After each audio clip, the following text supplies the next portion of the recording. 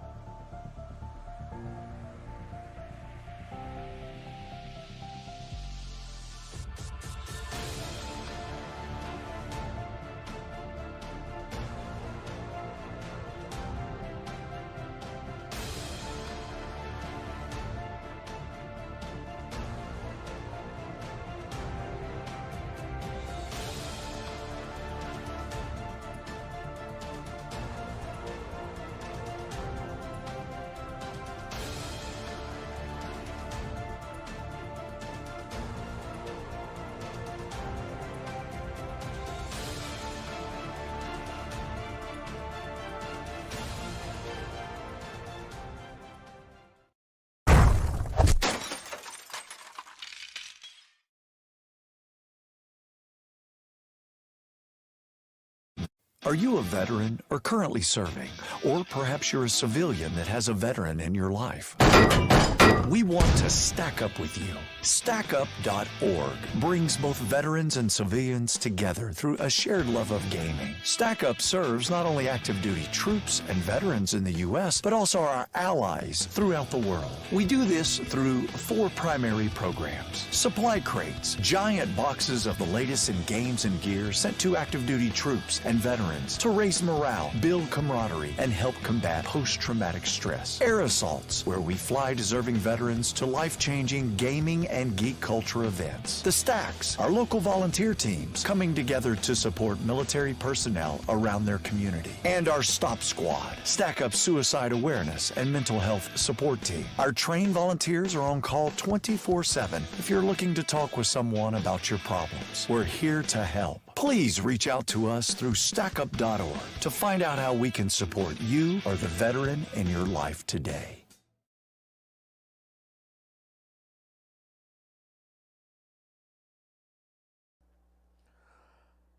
All right, good evening, ladies and gentlemen, and welcome to the Southern Broadcast Gaming Network. I am Richard Hurst, and tonight we are with the Genesis Cup Series presented by Old Glory Racing League. And tonight is the last race of the season. It is the championship race here at Homestead, Miami. So it's going to be very exciting. We have 10 drivers on the track right now trying to put in a blazing fast lap, trying to get that best qualifying time they can, but we'll see how they stack up in just a few moments. So, while we are waiting on them to finish up their qualifying laps, let's go ahead and remove our hats, place our hands over our hearts, and let's listen to that beautiful national anthem.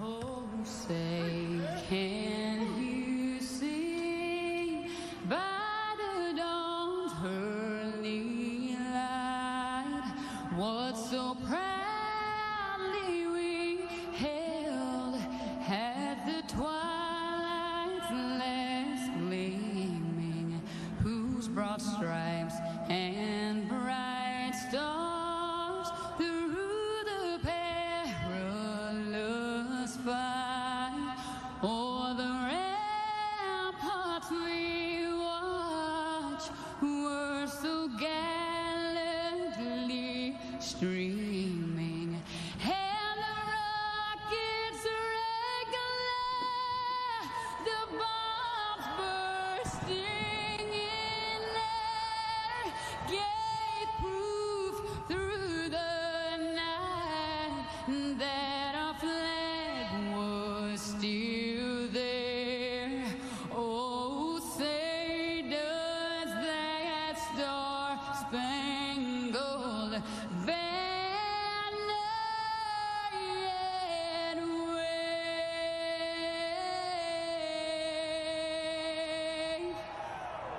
for the land of the free and the home of the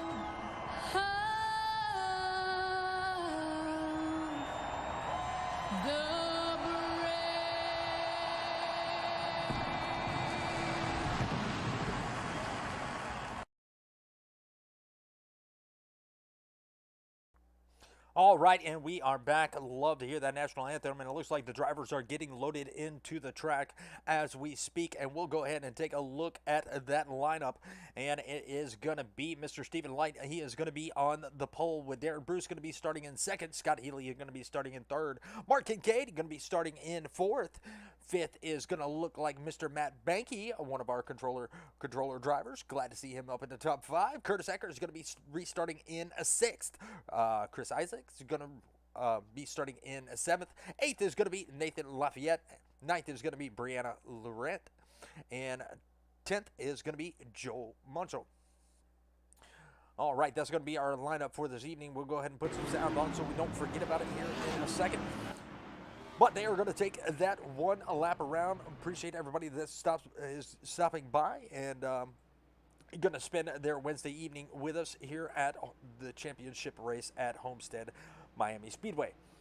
Tonight's race is going to be 150 laps with a stage break at 75. You're going to see 65% fuel, 4 sets of tires, and one fast repair with 3 green and white checkers.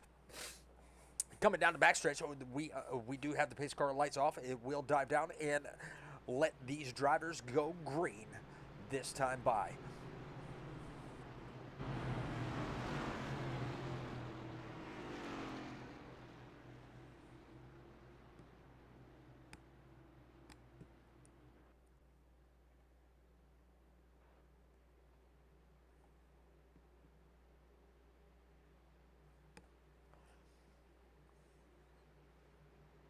All right, pace car is off, and we are getting ready to go green flag racing, and the green flag is out, and Stephen Light, he is going to bring him to the start-finish line, and look at Darren Bruce. He is already going to be able to take the lead on that outside. Coming into turn number 1, it is going to be that 27 for just a moment, and Stephen Light, he is going to be looking to take it right back on that bottom side. Now he does have his teammate Scott Healy right there behind him in that number 64 Premier Racing setups. He's gonna put it in between him, Darren Bruce, and Stephen Light. Stephen Light going to take that low lane, with Mark Kincaid taking over the third position from Darren Bruce.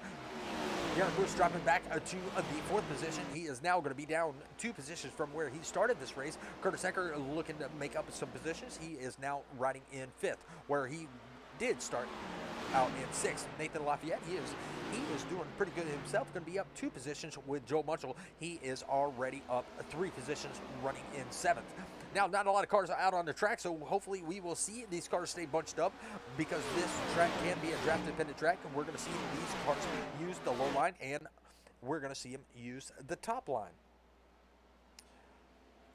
And, you know, I just noticed something. I'm not in the broadcaster's booth. There we go. We are in the broadcasting booth. We got 2 viewers out there on the stream. Appreciate them stopping by and spending their Wednesday evening with us for 150 laps here at Homestead, Miami. Well, all single file line in, and we already see Chris Isaacs. He is going to get very loose coming out of turn number 2. And he is now going to be falling off quite a bit. You got Brianna Laurent right there. Matt Banky is not loading in. Well, Matt Banky is loading in. I thought he was doing race control tonight, but he is out there and trying to make something happen. He is running in last, but this is a long race, so anything can happen. Stephen Light going to be still out here leading the race, with Scott Healy being right there in second. Mark Kincaid going to be sitting in third. Darren Bruce is going to be sitting in 4th. 5th is going to be Curtis Ecker. Now your playoff drivers for tonight are going to be as follow. Curtis Ecker, actually, excuse me. Darren Bruce is going to be sitting at number. And we got a yellow flag already, and that is going to be the 3 of Chris Isaacs. He is going to be crashed out. Let's go back and take a look and see what happened to him.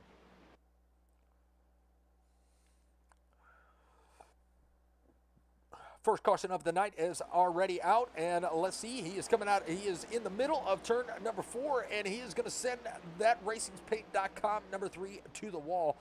Nice looking paint scheme, but it does not look nice all dented up. Not a lot of damage done to that race car, but you can see that the front end does have a little bit of damage to that grill and that front splitter, so he will need to go in and get some repairs done. But we will go back live, and we will take a look at these playoff drivers. And once again, Darren Bruce, he is going to be one of the playoff drivers. He is going to be sitting number 1. Curtis Ecker, he is going to be sitting second on the leaderboard, trying to bring home that championship. Third is going to be Mr. Mark Kincaid. Now, he wasn't able to bring home a win in the Truck Series last night, but he does have another chance here tonight. But he's got to get his car out front and in that clean air. Stephen Light is also going to be in this championship race. There you see he's going to bring his car down pit road and get some service done to it, possibly some fuel only. But he is going to be sitting. He is going to be the last one in the round of 4. But out here leading the race, so that is a good sign. Any one of those 4 drivers can win this championship tonight. But we're going to make sure they make their pit stops, and then we're going to try to bring at least 1 or 2 of them up, and let them talk to us just for a minute about their race. And we're going to start off with Darren Bruce. He is the points leader, and let's make sure that he is off pit lane.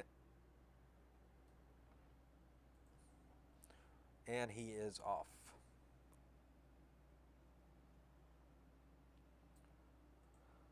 Mr. Darren Bruce, this is Richard up in the booth. You got a copy? How you doing? Doing all right. Listen, you are in the number 1 position in points, coming into tonight's race here at Homestead, and you have a chance to win it all tonight. You have a chance to get those bragging rights and that championship title. What do you have for these guys out front? I see you're restarting in 9th, so tell us a little bit about maybe your strategy here tonight. I don't know. It's gonna be tough. Them guys are fast. I did take tires here after only 5 laps, but I'm gonna play on it, having some long green flag runs, and not many cautions. Absolutely. Well, that hopefully will play out for you, as you did take one of your 4 sets of tires. So we'll see how that works out for you. You'll probably be able to get out front, and we'll see how long you hold it. But congratulations on making it to the final 4, and good luck in the rest of your race tonight. Thank you, Richard. Not a problem.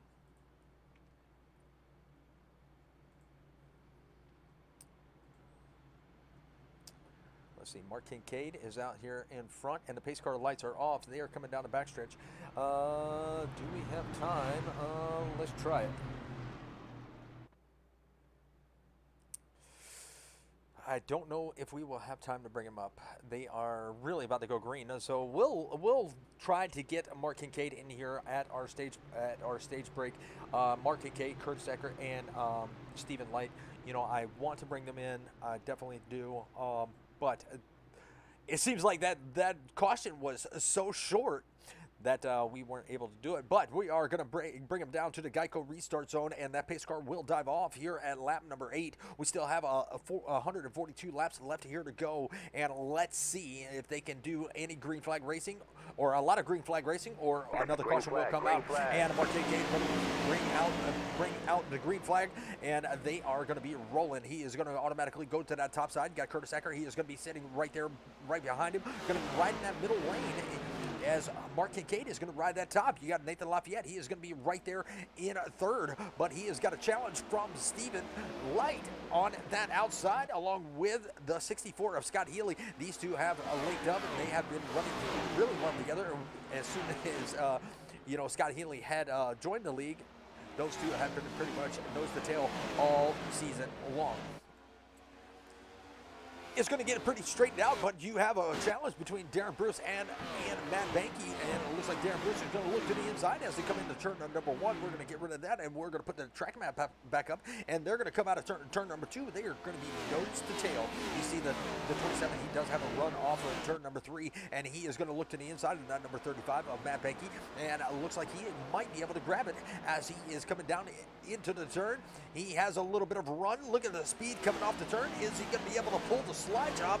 Let's go to Darren Bruce's car, and he is going to be able to do it. Matt Banky got a little bit loose coming out of turn number 4, and he was able to collect it and not get that 35 out too far out of shape, but he is going to battle right back on that bottom side coming out of turn number 2. Is he going to be able to get the run? No, he's going to be sideways, and he's going to go towards the wall. Bye Miss American Pie number 35 of Matt Banky. Caution, yellow and flag. that is going to bring out the caution one more time.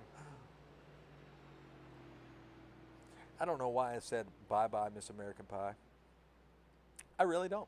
And it looks like he had to tow his car. Let's go back and take a look and see what happened to Matt Banky. He was coming out of turn 2. He had a heck of a run, and that transition from the embankment all, to the flat surface, it really upsets this car, and there you see his car just got out of shape. He's trying to control it, turn it a little bit right, and there he goes. He's going to go all the way down to the apron, and here comes that wall quick, fast, and in a hurry, and it is going to just demolish the front end of that car. What a hit. Hopefully he is okay from his driver's view.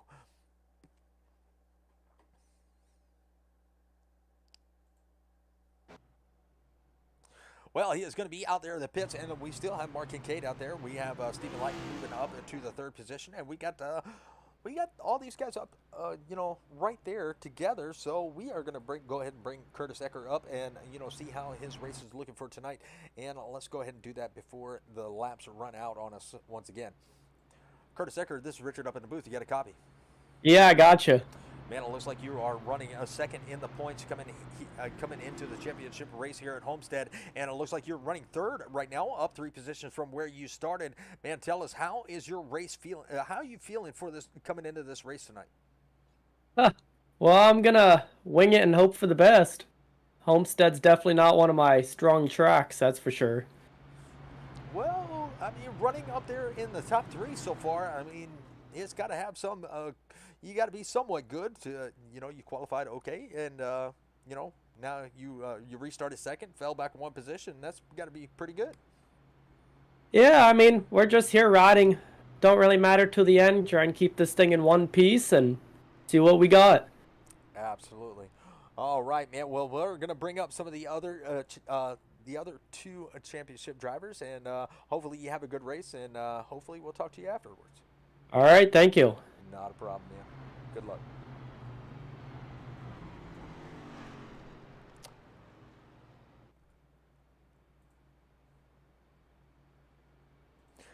Mark Kincaid, this is Richard up in the booth. You got a copy? Sir. Well, it looks like you got that 54 out front as of right now. You got about a lap until you go back green, but that 54 is looking pretty darn strong, especially on that restart just a few minutes ago on right after that caution. Tell us, how are you feeling coming into Homestead? You got Steven starting on your outside. Do you have anything for that 99? I don't know. Maybe a long run. We'll have to see. He'll probably get me here. My hope is I have a long run car because I'm not very fast on a short run. So we'll have to see. Well, I see that car is getting real loose coming out of turns. Are there, is there a favorite line that you like to run as far as starting off early here in the race? Typically I like to run high in 1 and 2 and low in 3 and 4, but I can't do it the way the track is right now. Maybe when it cools off later, I don't know. We'll have to see. But yeah, right now I'm just trying to keep it on the bottom and keep tires underneath it. Absolutely. Well, good luck in the rest of your race, and we hopefully will be talking to you after the race. All righty, man. Appreciate it. Not a problem. All right, looks like they're coming down to that restart zone, and here they go. Mark Kincaid bringing them to the green flag. Green flag is out. He does have a pretty good jump, but that 99, he does have a good jump too. And Mark Kincaid, he's automatically going to go to that top side and cut off the run from Stephen Light. We're not interviewing anymore, so we'll go ahead and cut that off. And it looks like that 99 is going to be able to work that bottom lane, but he's not going to be able to take the lead as they come down the backstretch. It's going to be the 99 pulling himself up to the top lane in between the 54 and the 27. Darren Bruce may have something to say about Stephen Light leading the most laps. He may have started on the pole, but that Ford Mustang of Darren Bruce, he has got something to say about, you know, these Chevrolets running up front. He wants to put that Ford power up front and show that even a Ford can run in the top spot. Coming in out of turn number 2 is going to be Stephen Light. He is going to be challenging for that lead. He does have a pretty good run coming off of turn number 2, and he does have that. He does have the number 1 position. And Darren Bruce, he is going to follow in suit, and he has got that Ford Mustang sitting in second, right there around Mark Kincaid. Now we got Scott Healy. He is running a Toyota. He is working himself up to the 4th position.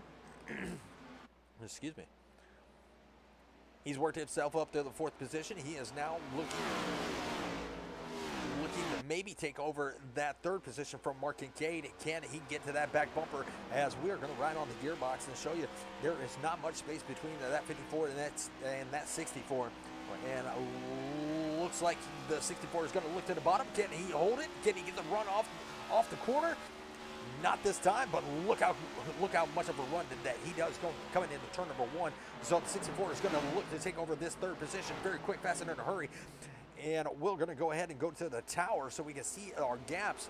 And it looks like somebody had a little bit of connection issue just then. And it looks like Darren Bruce and Stephen Light have kind of broken away about just about a half a second from these two battling it out side by side. Darren Bruce trying to look to the inside of that 99, not going to be able to get there as the 99 had a heck of a run off the corner. And now Stephen Light is still going to hold on to that lead here. Lap number 19 coming to lap number 20. It's going to be that 99 everybody is chasing.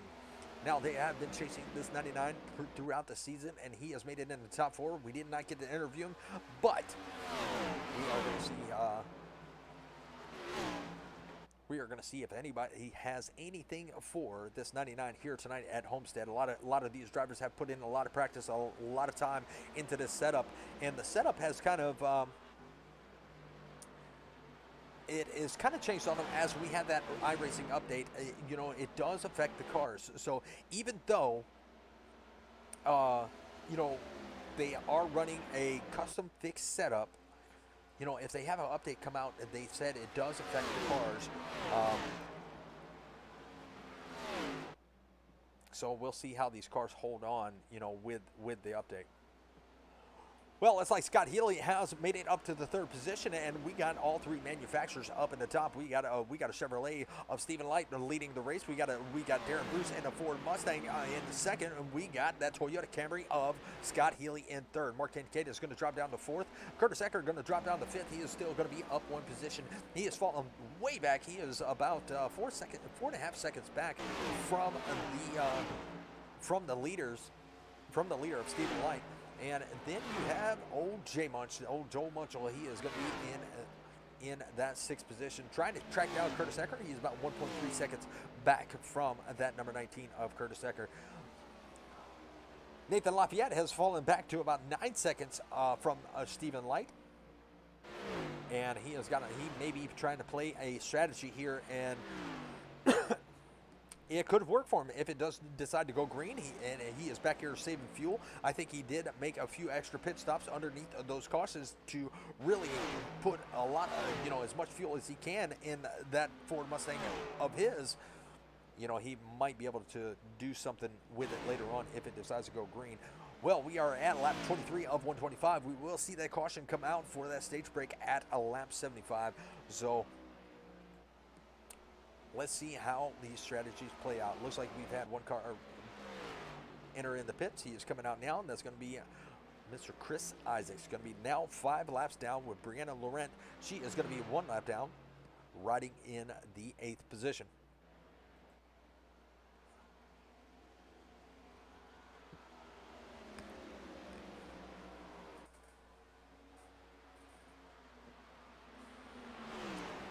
everybody is starting to get spread out. 7 cars on the lead lap. Not a lot of challengers. Darren Bruce now about a half a second back. You got Scott Healy. He is about 0.4 of a second back from Darren Bruce, trying to get that Toyota Camry around that Ford. Still trying to keep all 3 manufacturers up in the front, but we'll see have to see how this plays out. We'll put it on most exciting and see what SDK is finding the most exciting on the track, and that is so far going to be the top 2. Darren Bruce, Stephen Light, and a little bit of Scott Healy, as Scott Healy has closed in on that 27 of Darren Bruce. Darren Bruce looks like he is a little bit better in 3 and 4, or excuse me, 1 and 2, and it looks like the 64 is a little bit better coming off of turn number 4. He does get a little bit of run, and he was able to close the gap, but let's see if that 27 can make something happen coming out of turn 2. Looks like the 64 is going to look down low. Is he going to be able to make the pass? He is going to be right there on the back bumper of that number 27 of Darren Bruce. Is he going to be able to do anything with it, though, as they come down the backstretch? 64 going to maybe try to take the line away from the 27. Nope, he's going to be stuck right there behind that Ford Mustang of Darren Bruce. Going to look up high a little bit earlier than the 27. Not going to be able to get there. Did not have the run off in turn number 4, and they are going to be chasing each other and in pursuit of that 27. Chris Isaac showing that he crashed once again and has dove it to the pits. So this track is not working very well for that number 3 of Chris Isaacs.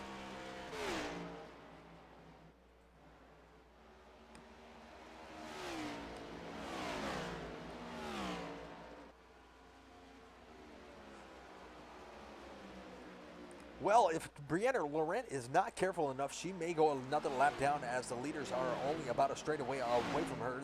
They are coming out of turn number 2 as she is going into turn number 3. So she needs to pick up the pace just a little bit, or she will be going 2 laps down. Now that car looks like it has a little bit of handling issues as she is coming out of turn number 4. She did look a little bit loose, in turn number 3, but I do have to give her credit. She is doing a pretty darn good job of being out here, running some laps.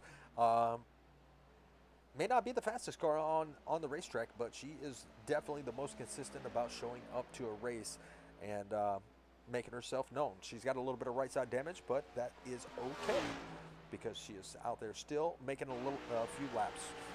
Oh, and she just smacked the wall again, so that's going to add a little bit more damage to that race car.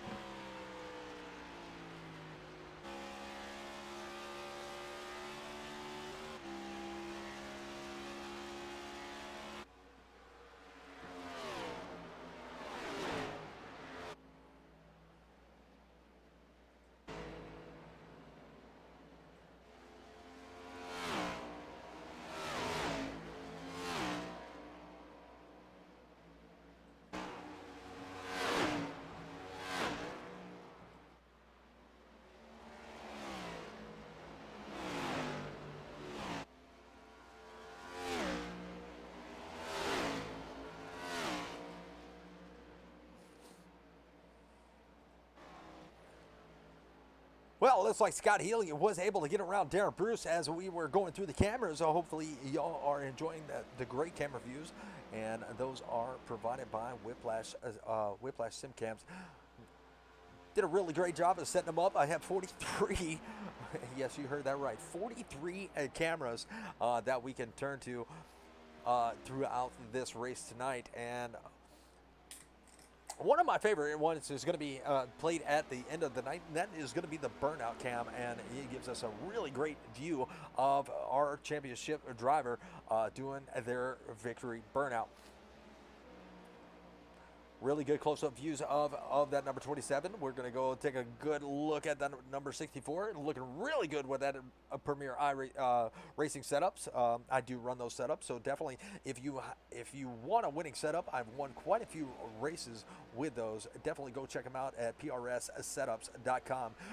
Put in SBRN10 for 10% off of your individual setups. And there is the Wounded Warrior Project of Stephen Lights. Definitely a nice looking paint scheme, and that was done by Mr. Chris Isaacs at iRacingPaints.com. You know, he had a very clean race car also. There it is right there. Nice looking paint, but unfortunately it is not going around the track. But beautiful looking paint. So if you want something done and want something done right, definitely go check out racingpaints.com. And, you know, while we're talking about racingpaints.com, let's take a look at some of his other work. And here we go. We're going to step aside and go side by side.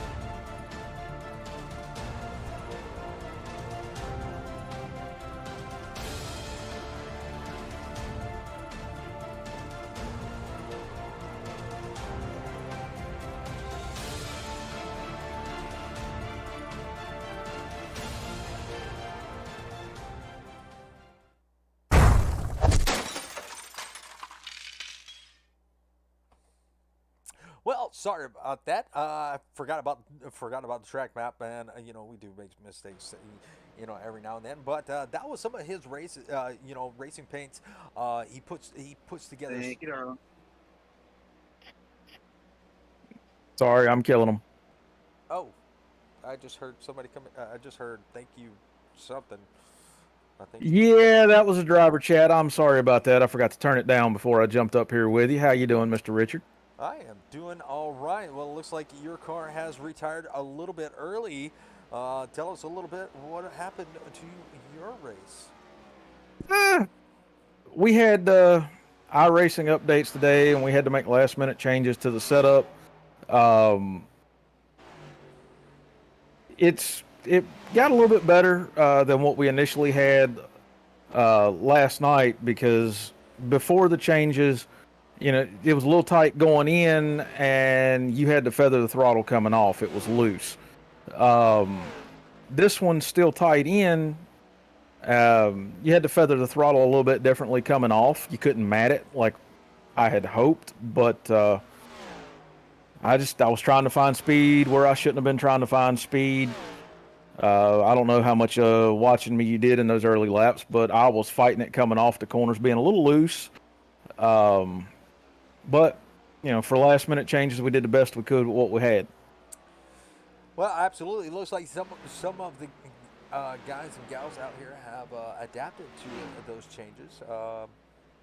And that 99 definitely has adapted to those changes, because he is out here dominating this thing, and looks like he is going to be about almost 5 seconds ahead of Darren Bruce and Mark Kincaid, overtaken, you know, for the third position, knocking Scott Healy back to fourth. Curtis Ecker still trying to make up some speed with Joe Munchel right there in sixth. Joe Munchel, being the biggest mover of the race, you know, he might have that long green flag speed.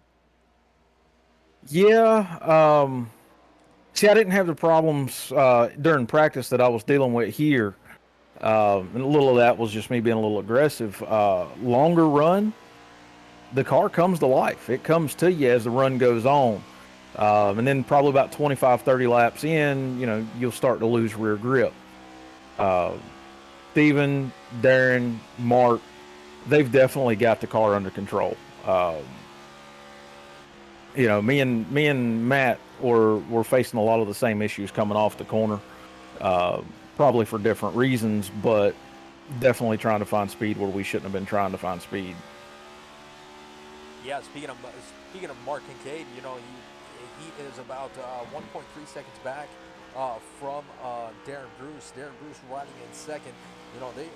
Mark Kincaid's car has come to life, but he has fallen. He is about 6.5 seconds back from Stephen Light. If this thing goes green, have you heard in the driving chats that does Mark have anything for Steve? Everything that I saw in practice, and so before I get too deep into that, everybody had practiced with what we had, because we had it finalized and laid out for Monday for everybody to be able to practice with it. So everybody out here right now got a completely fresh setup that was built within an hour and a half of race time. So for these guys to get used to it and be able to run it that short of a time period is an amazing deal. Does he have something for him?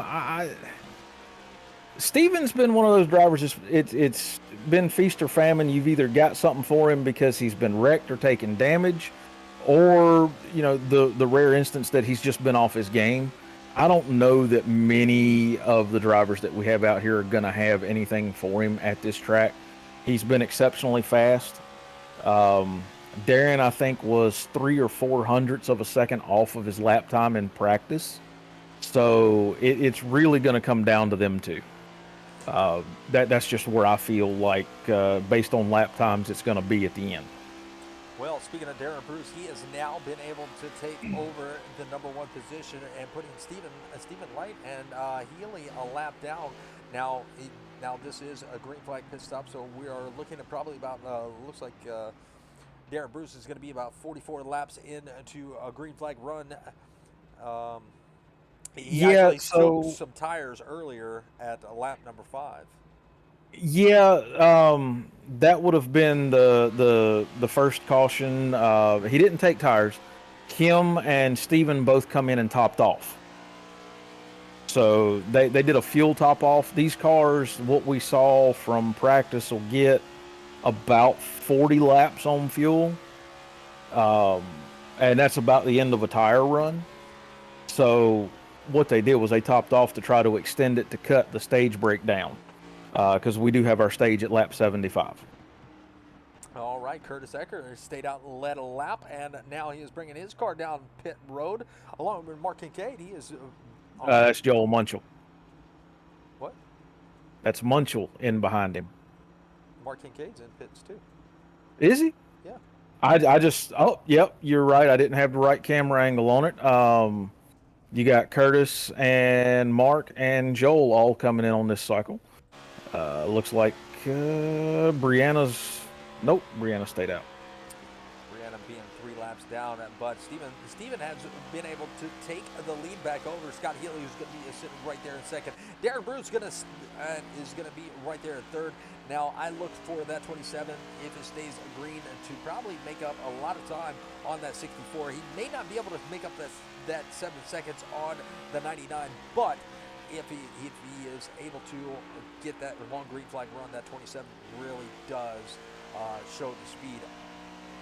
And he's close to the gap, about a half a second on Scott Healy. Yeah, looking at lap times from practice with Scott and Darren and all of them,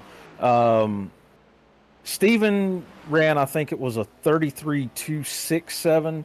Darren ran a 33.287. Scott was, I think, in the 33.4 range. So, we're talking almost 0.2 of a second. So, it's definitely a feel for speed, but, everybody that we've had in this season have been honest to God troopers with, ever since Rockingham, we've been dealing with the updates on Tuesdays that have completely changed the car for the Wednesday night race. And we didn't start catching it until Martinsville. Like that, okay, this is what's going on. We need to start testing these setups again on Wednesdays. This car has been a mess all season. And it's not just what we're doing with building the setups. It's primarily because, NASCAR changing their rules and it transferring over to iRacing. I don't know how many of the people watching the stream keep up with the rules changes that I've had to keep up with because iRacing of making the changes to stay consistent. But when we went to Rockingham, that was the first race for the new aero package that they put on the car. They took 30% of the under tray downforce and they took 2 inches of rear spoiler off the car. Oh, wow. And yeah, it was a massive difference, and that affected every track 1.05 miles in length and shorter, and the road courses. Okay. Yeah, it was a big change. Big change. Yeah, and that's why we had so many cautions at the Rockingham race, and then we had so many cautions at Martinsville. But as you saw last week at Talladega, we finally got a hold of it, and the big one just never happened. Well, speaking of Mark Kincaid, Mark got black on pit road, so he had to make a green flag pit stop, and that really hurt him because now he is two laps down. So that may or may not hurt his championship chances because he is one of those ones in the main four. And I can just imagine what that chat sounds like right now. Well, that's one of my teammates for White Line, and I'm pretty sure that White Line chat is fairly colorful at this moment because of that. Absolutely. Well, we talked about that 27 earlier. He was in third place, and now he is actually 2 seconds ahead of Scott Healy. So Scott Healy's car is falling off as we look at the last lap times. Scott Healy is running 34.4, and Darren Bruce is running a second faster than him, and he is pretty much matched with Stephen Light. With Stephen Light running 33.4, and Darren Bruce actually ran a 33.35. So that 27 is definitely putting the pedal to the metal and seeing what he can do to catch up to that 99. But that 99 is still about seven seconds ahead of Darren Bruce. Yeah, that's what I'm saying. Them two guys are just going to put on a show for the whole night. That's going to be the class of the race right there. Sadly, everybody else is basically just racing for third. And I mean, if you're looking at the times, he's now 4 seconds out in front of Healy, and he's not giving up much to Steven. He's running, 7.5 seconds back. Going down in the corner, they're showing 6.5 seconds. So I mean, he's holding his ground and pacing himself, and he's going to give Steven a run for his money. I'm still rooting for that 99. I'm friends with Steven. I'm friends with Darren. Flip a coin on this one. I could go either way because I like both of them, and they've both put on a hell of a show all season. Yes, they have. And, Scott Healy, he's put on a pretty good show. Even though he come in later on in the season, he has put on a pretty good show. But That he has. Homestead not showing to be his best track, as he is actually, that time is actually climbing. Now 13 seconds behind Stephen Light, and almost 7 seconds behind Darren Bruce. So he is falling off fast, and Joe Munchell and Curtis Eckert might be able to catch him before the stage ends if he doesn't get that car figured out. They're about 9 seconds back from that 64. Yeah. This track, man, it's Homestead. What more can you say? I mean, the corners are odd. It's with the Gen 6s, the last generation of car, it was drivable, but it was still tight in. If you've ever turned a lap in this car here, you'll know what I'm talking about. It just, going into the corner, there's just no grip. And then, you've got to make the decision. Am I going to be loose enough to make the entry, or am I going to be, sideways coming off the corner, which was what I did. Yeah. I mean, there was no, and we did everything we could pre-race to put enough rear drive in this thing to where, you could almost mat it coming off the corner, and we just couldn't get it there. Well, But go ahead. it's as drivable as we could make it in the amount of time we had to adjust it.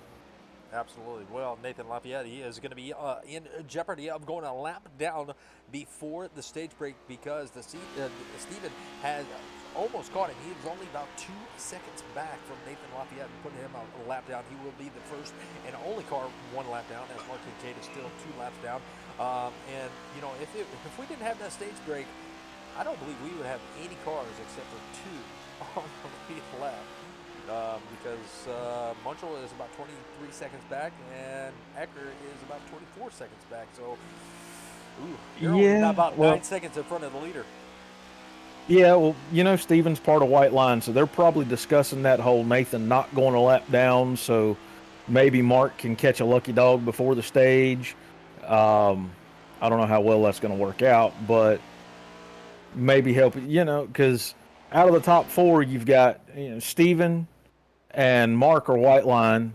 Curtis, with his teammate for silly time, you know, there was some family emergency that I can't get into because I don't know any of the details, but, you know, David Simcox was his teammate. Well, he dropped out right after Daytona because of that, and he's not been back this season.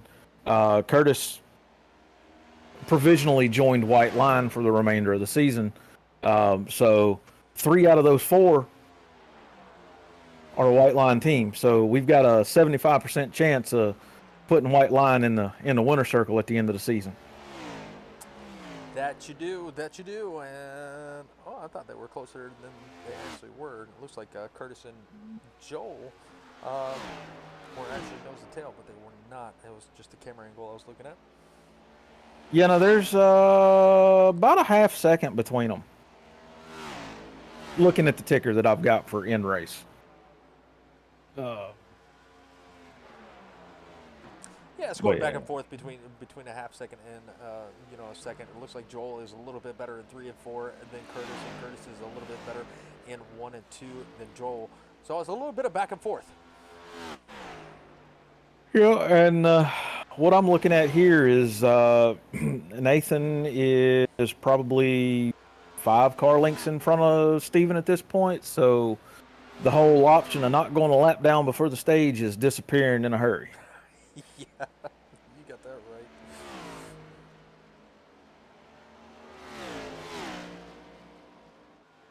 I'm not yawning, I'm spitting in a bottle. Oh, that's nasty. I chew tobacco, man. What do you want? That's nasty. Well, Yeah. looks like, yep, he is right there on the back bumper of that 00. If that is the case, they only got about 10 laps to have that 00 in front of the 99. But does the 99 have too much speed to keep the 00 in front of him? And Oh yeah, he's gone. he's gone. He's going to be a lap down, and there is Brianna right there in front of them two. It looks like Nathan is going to take that high line and let Steven have the low line. So that's going to put him the first car 1 lap down. But the good thing is, leader has to make a whole trip around before he goes 2 laps and won't be able to get back on the lead lap. So that 00 is not over yet. He'll just have to start at the tail end of the longest line. That he will. You know, I don't think unless there's some fluke that happens other than the stage, I don't think we're gonna have a caution for the rest of the race. You know, me and Matt were the 2 causing them tonight, and we wound up out of the race before 25 laps in. So, yeah, that says something about the rest of the guys out here. They're putting on the show. All right, Brianna about to go another lap down. This is going to be 4 laps down for Brianna.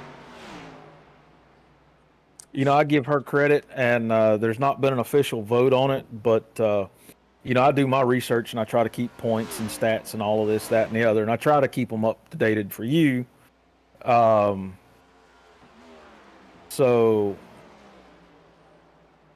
that you know, you have a little bit more information for the broadcast. But I've been kind of trying to get everybody of the same mind, you know, because she's got less than 100 starts total in oval, based in officials, and I know that this was her first full season in a street stock league that she was racing in. So I've been trying to get the people to vote for her for like rookie of the year. just for the amount of improvement that she has done from Daytona to now with this car, and you know, being on a controller, she's put on a heck of a show and a just a massive amount of improvement, showing up to every practice, being on the track. Just you can tell she wants to learn and she wants to get better, and the way she asks questions, just she's got my vote for sticking around. Absolutely. Well, we got a little bit of a position chase. Now, we saw that 64, he was running in the third position, but that 69 and the 19 were able to catch that 64, and they passed him like he was standing still. So that Scott Healy not having the best nights. We had all three manufacturers in the top three. Now we have a Chevrolet, 2 Fords, and a Chevrolet up in the top 4. And that's going to be Stephen Light being in first. Darren Bruce going to be in second. Joel Munchel taking over third spot. He is the biggest mover of the race, up 7 positions. And Curtis Ecker going to be running in fourth. Scott Healy dropping down to fifth, down 2 positions from where he started. And Nathan Lafayette, he is going to be 1 lap down in 6th. So only 5 cars on the lead lap, and we will see that stage break coming in about 6 laps.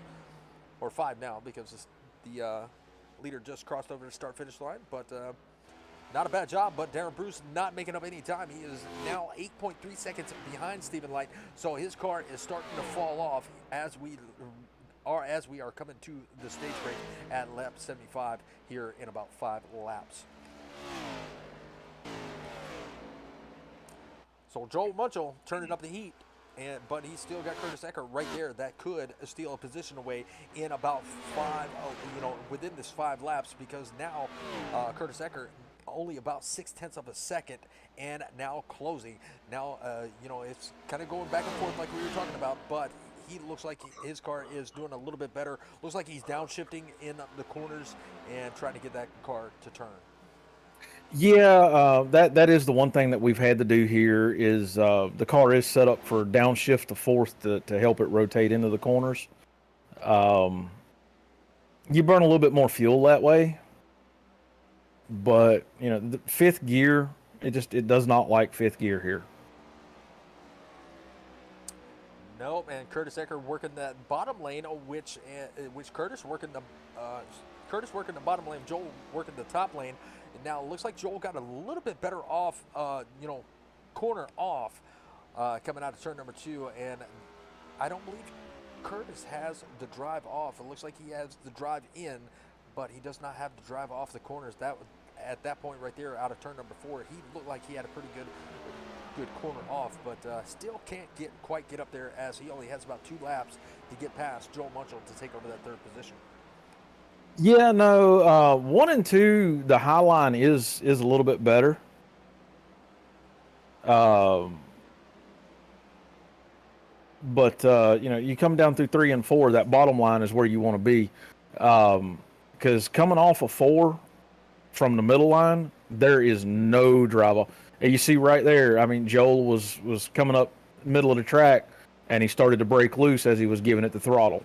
He did a good job catching it and saving it there, and bringing it back in line. He got really tight going into turn number 1, and he went so close up to the wall that Curtis Ecker, he was able to drive it right up under him. But Joel Munchel, he is going to fight right back on that outside, and he is going to have it. But will Curtis put the slide job going into turn number 3 and out of turn number 4? It looks like he's got a pretty good run. Let's see if he does the slide job, and I believe he's going to have this position coming to lap 75. We're going to switch camera angles because I can't see nothing right there, and there is that number 19. He's definitely got that position, doing a really good job. That car has come to life, and now Darren Bruce is following. Caution, yellow flag. There's your stage. There's the stage. So, because I am showing 75. Yep. So Stephen Light taking the stage break. Darren Bruce is going to bring home a 2nd in that stage. 3rd is going to belong to Curtis Ecker with a last-minute pass. Joel Munchel did a really good job. Still up. Sorry. He is still going to be up 6 positions. And Scott Healy going to drop down to 5th. Nathan Lafayette going to get his lap back, starting in 6th. Mark Kincaid, he is going to still be 2 laps down. And Brianna Laurent finishing in 8th in the stage. So Well, we're going to let these drivers go into the pits, get their services done, and then we're going to bring up our last top 4 driver, and that is going to be Stephen Light, and he is going to be the stage winner. So we're going to give him a little bit of interview, and I got Mark Bristow. He is out there saying, "Hey, Richard, sorry about tonight. I'm having power issues on my computer." Not a problem, Mark. Appreciate you joining us on the stream, at least, watching.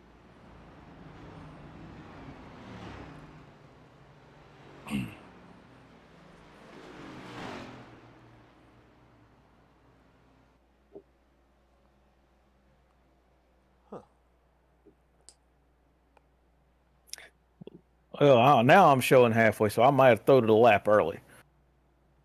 Well, we're at lap 76, coming to 77.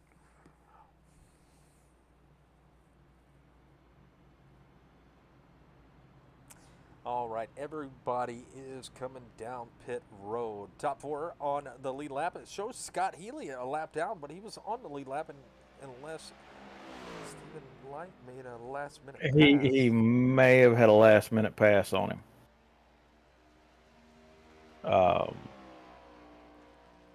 I'm showing Nathan back on the lead lap.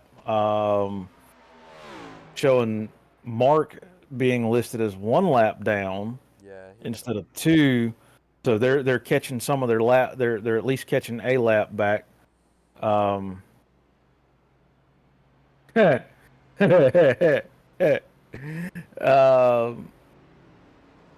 that's not gonna happen. Sorry, I had a direct message from one of the drivers cracking a joke, so I had to laugh at that because it said I want all my laps back, and it's like, yeah, that's not gonna happen. All right. Well, we do have a few moments before we go back green. So let's bring up Stephen Light. I was not able to catch him before the race started or during the first cautions because we have 4 playoff drivers, so or 4 championship contenders. So I got 3, and let's bring him up and let him tell us a little bit about his race, maybe about his strategy, and let's see if he's going to have this win in the bag, in his opinion. Absolutely. Steven, this is Richard and Chris up in the booth. You get a copy?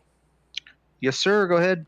Well, you've done really well in this first stage. You pretty much dominated the whole thing. It looks like Darren Bruce has a little bit for you, but it looks like that 99 has a better long-run car.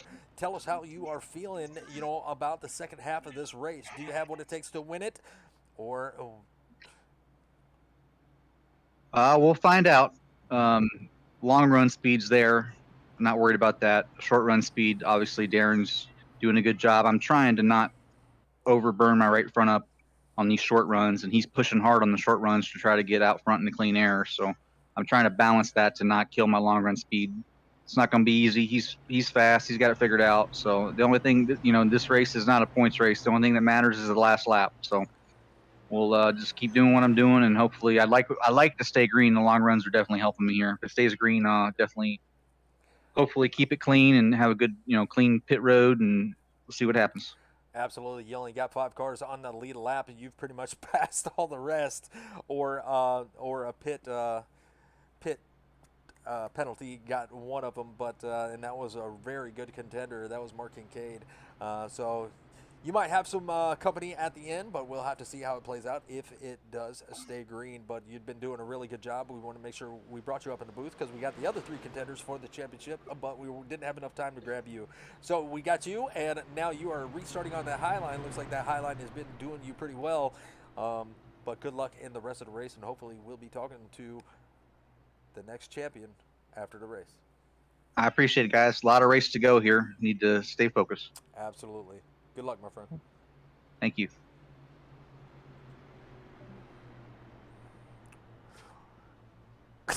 I feel so bad because they are sitting there trying to talk strategy, and I yank them up in the booth while they're talking.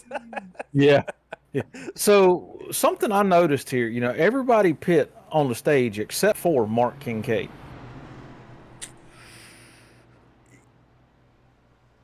Yeah, you were actually right. And I thought Nathan was going to be on the lead lap. He was only 1 lap down. Yeah. So I'm not sure what the idea there was, but Well, the idea was let's go back green flag racing, and we'll see how it plays out in the long run. But Mark Kincaid, he does have we do have quite a few laps left to go, and this could be trying to split it. He might have I don't know. He let Nathan Lafayette pass. Nathan Lafayette let pass that on by, so he's going to be the first one lap down. I'm not exactly sure what happened there. I figured the 00 would have got his lap back because he was the first car one lap down, but looks like Healy got the wave around for the lap back. I'm not 100% sure on that one either, but Mark and Nathan are both scored one lap down. Interesting.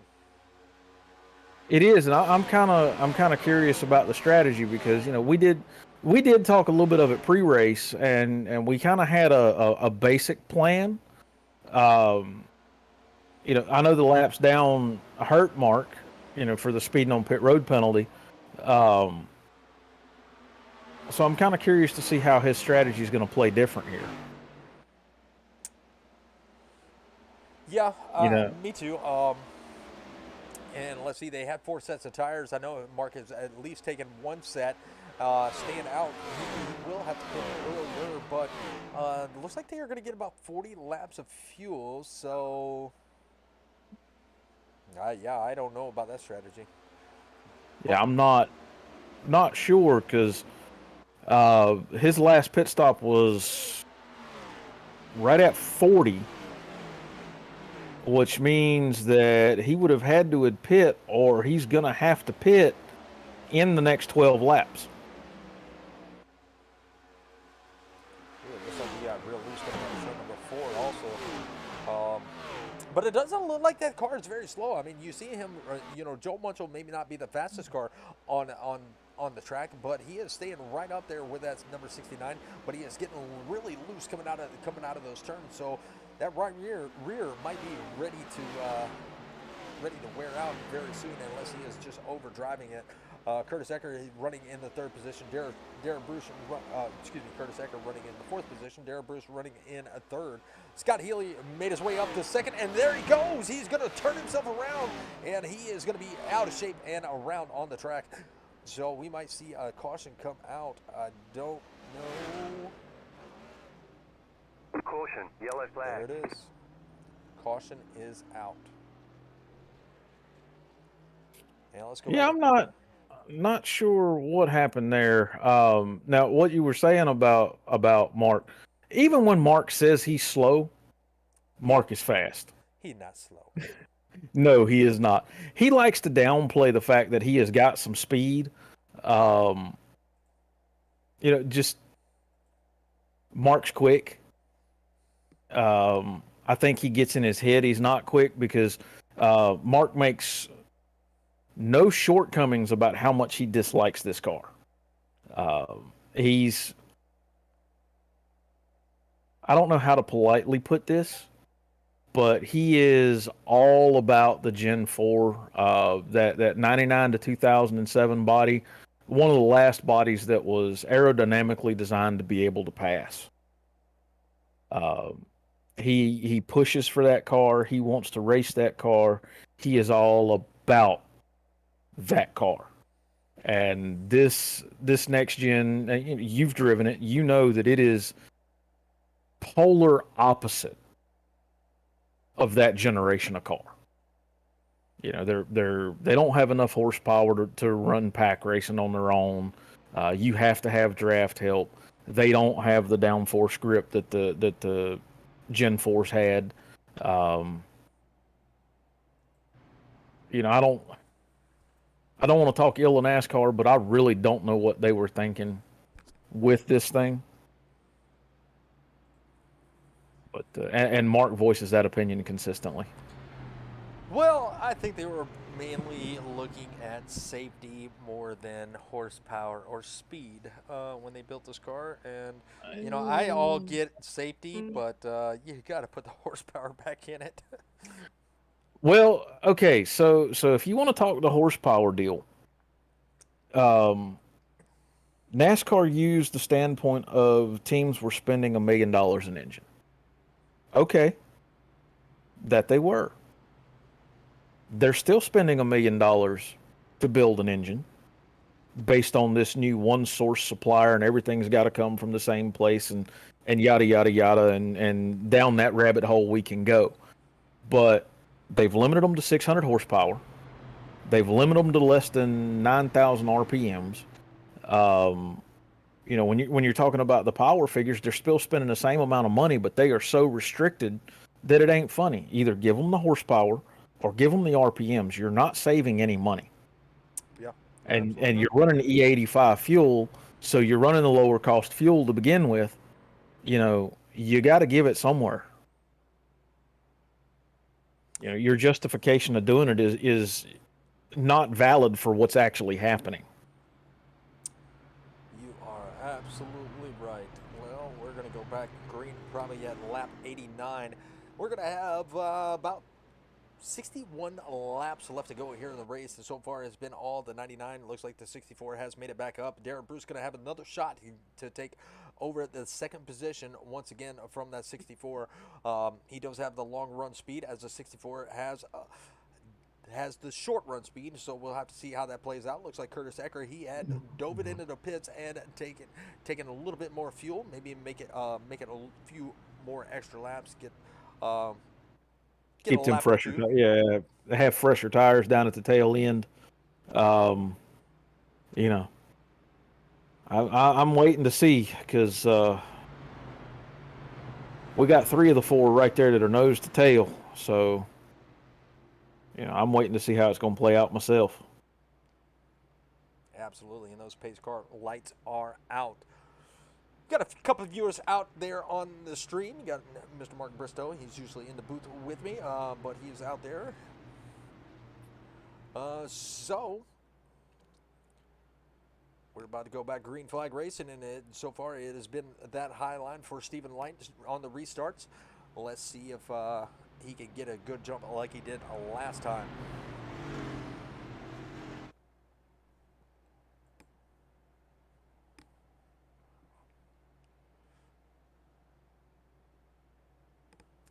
Holy crap, 43 camera views, and you don't know which one to pick.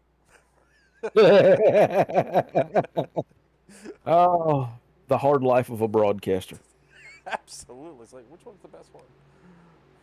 Green flag, green flag. All right, green flag is out, and it looks like that 99 really got a good jump on that outside line, and it looks like Scott Healy, he is going to pretty much drift up to the top side. They are both going to take the low line coming into turn number 1, and out of turn number 2, they will drift it up towards that wall. And I believe the transition off the corner is going to be the most important. But you got Joel Munchell. He is going to be battling it out with Darren Bruce. Darren Bruce, you know, having his first challenge from that 69 Joel Munchell here tonight, and that's going to be 2 Ford Mustangs fighting for the 3rd spot. It looks like Darren Bruce had a little bit of problems off turn number 4, but Joe Munchell did scrub the wall just a little bit, lost a little bit of speed, but he's going to take that high line right around in turn number 1 and out of turn number 2. And here comes Mark. You know, he's not far back. Even though he is a lap down, he's making a challenge for getting around some of these guys. He just passed Curtis, and he's making a push toward that 69.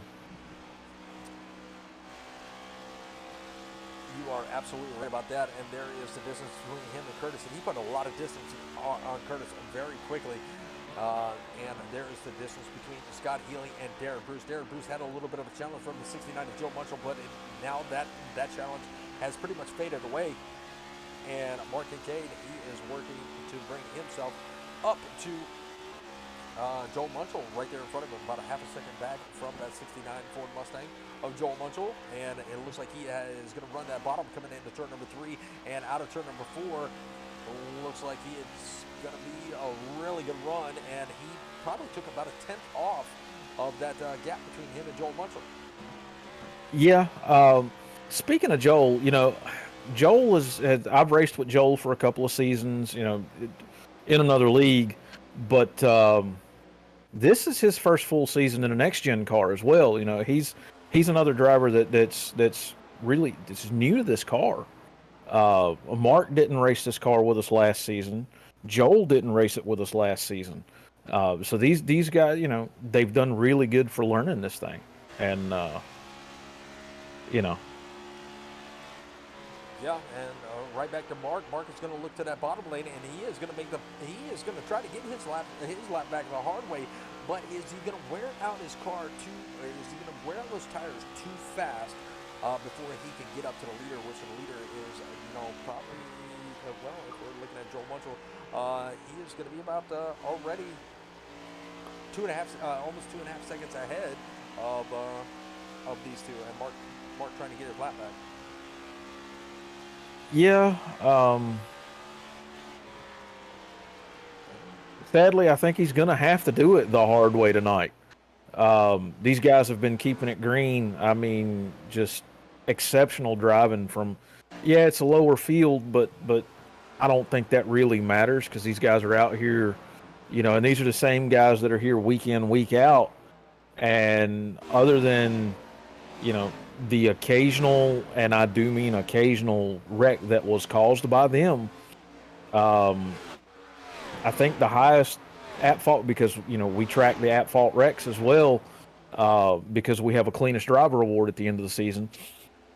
With the exception of Nathan and zero at faults, none of these guys have more than one at fault on the season.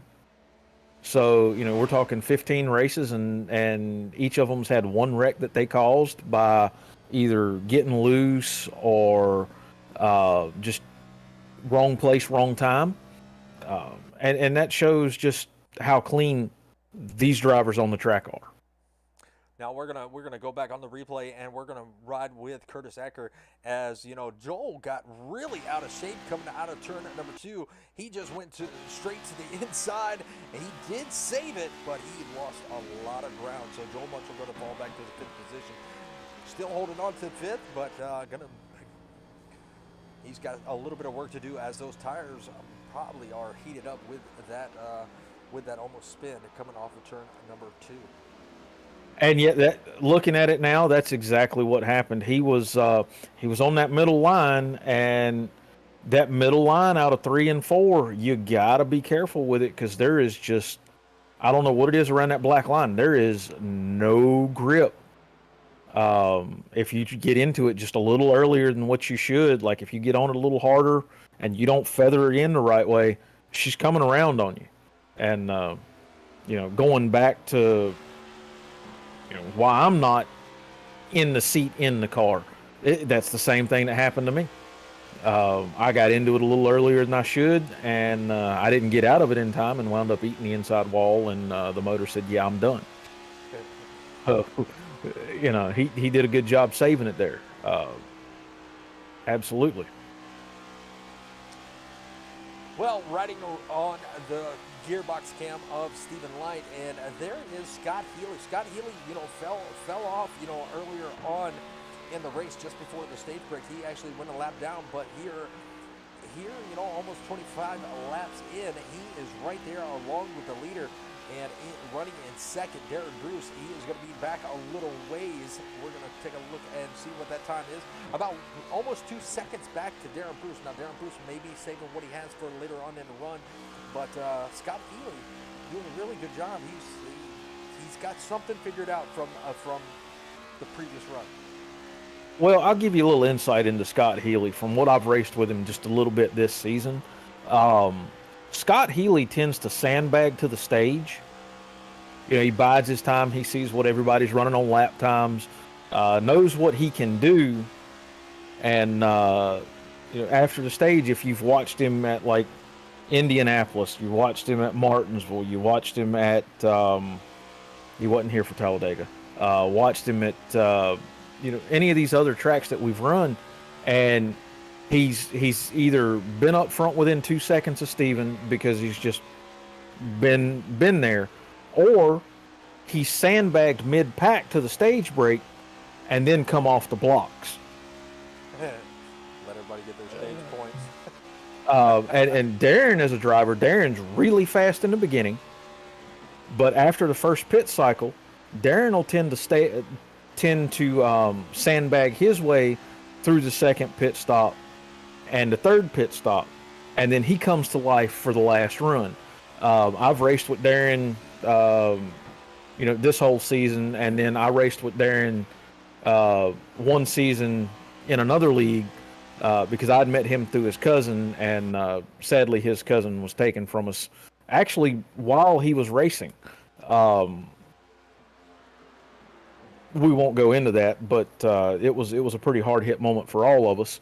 But what I learned from Darren was, Darren will sandbag the middle of the race to save his stuff for late runs, so he'll have an extra set of tires at the end to be able to push the crap out of the car.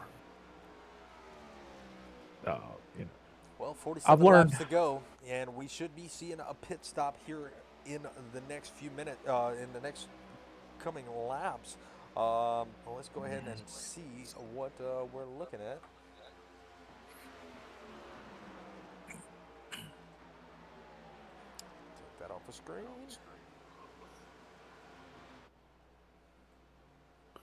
All right, everybody pitted at lap 76, 77, and 85 for Kincaid.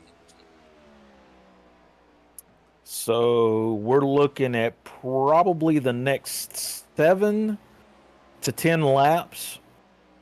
We're going to see a green flag cycle. Probably with about 40 to go. We know that the car will get between 36 and 40 laps on fuel. So they'll probably wait till 39 to go to bring it in. So probably that 8 to 10 window is when we'll start to see them all come in. And honestly, this race is probably going to be won by the first one to bring it in,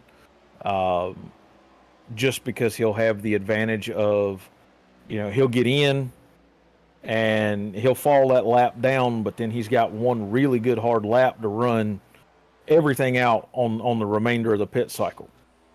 So it's going to come down to who sticks their nose down pit road first. Well, the battle for first, and that's going to be Scott Healy. He has fallen back about almost 7/10 of a second, now 7/10 of a second. And so it looks like Steven's car is either getting faster or the 64 is falling off. I don't think he's getting faster. He's just not falling off near as much.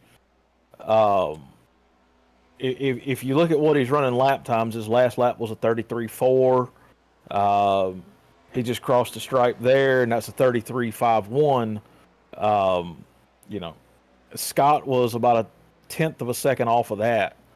I think it's just he's not falling off as much because he's over the last 5 laps, he's fallen off 0.06 of a second a lap.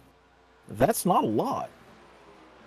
No, Darren Bruce. Look at Curtis Ecker's time. I mean, he's running faster than Bruce actually. So Bruce might be sandbagging a little bit here. We'll look at the gap for that, and that is going to be about 4 seconds of a gap, 4.5 seconds of a gap. So Curtis Ecker not doing too bad. We'll see if Curtis tries to make a short pit, like you said. But we will see that in the next 10 laps or so.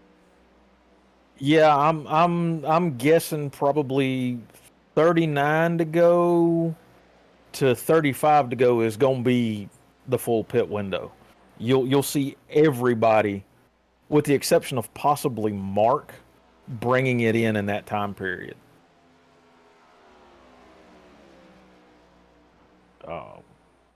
With Mark pitting on 85 and being able to get almost 40 laps, it may come down to about 10 to go before Mark brings it in. I don't see him doing that.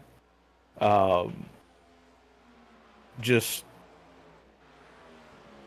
speculation, but I very seriously doubt he does that. He'll probably bring it in with everybody else.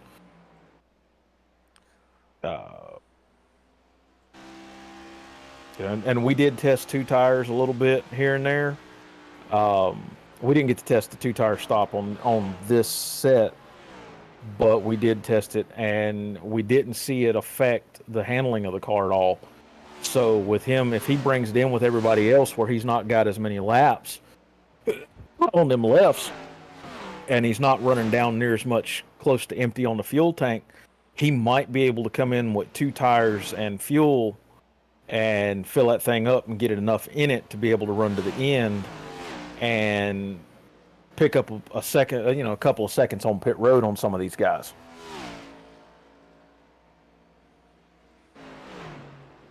But that strategy that I have no idea on, because once I wrecked out for the night, I availed myself from the pit strategy conversation because I didn't want any inside knowledge for if I jumped up here with you. Oh, we love inside knowledge, though. Yeah, but with this being the last race and this being this one's the deciding factor of who we're going to crown champion, I wasn't going to risk giving away insider knowledge to anybody that's in the race that's watching the stream, because we do have several drivers that watch it and they listen for any cues of what we're talking about on pit strategy, and I didn't want to be that guy. Especially when it's my team. All right, well, 1.2 seconds separate Stephen Light from Scott Healy. Scott Healy out running in a second. You got Darren Bruce. Now he has fallen off to almost 6 seconds away from Stephen Light, and almost about 4 seconds back from Scott Healy. You got Curtis Eckert. He is going to be about 4 to 5 seconds back from Bruce. Ooh, Healy just lost it. He gathered it back up. Oh, Jesus. And kept it straight, but he lost it coming out of the corner, slid down off of the apron. So Darren Bruce, he is going to be able to take over the second position, and Scott Healy. Brianna was up into the wall. Ooh. So those tires are wearing down quickly, and look how quick Curtis Eckert is coming into the picture now. He's only going to be about 3 seconds, back from Scott Healy, so he may be able to grab a third place position before the pit stops play out. But looks like he's got that 64 up and moving, and that spin is not going to hurt him very much. Now I'm hearing a little driver chatter. I've got it turned down to where I can hear them, but you can't. Yeah. And what it sounds like. Okay, never mind. I had to back up and look. There was a little chatter between the 99 and the 64, so I didn't know if there was the 64 got loose because of the 99 or what. But it looks like the 64 was pushing it harder than the car was able to provide grip coming out of that corner trying to stay with Steven. Now, what do you think about this? I mean, will the 27 have any advantage? I know we talked about early pit stop. So if Darren Bruce brought his car down earlier, and that'll put him on fresher tires earlier, but he is 7 seconds back from Stephen Light. Will that be any kind of advantage for him? This late in the race.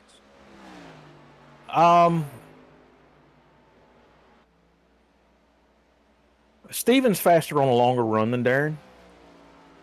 With 35 to go, I don't know that it would help him. Now, if it was 10, 15 to go, I would say that it would probably grant an advantage. Just because, then Darren's faster on that shorter run than he is over a longer run. He would be able to push the car for the last 15 laps, gain on Steven where Steven's in the pits, be able to get in front of him and possibly hold it. But this early, I don't think there would be any advantage to Darren for doing that.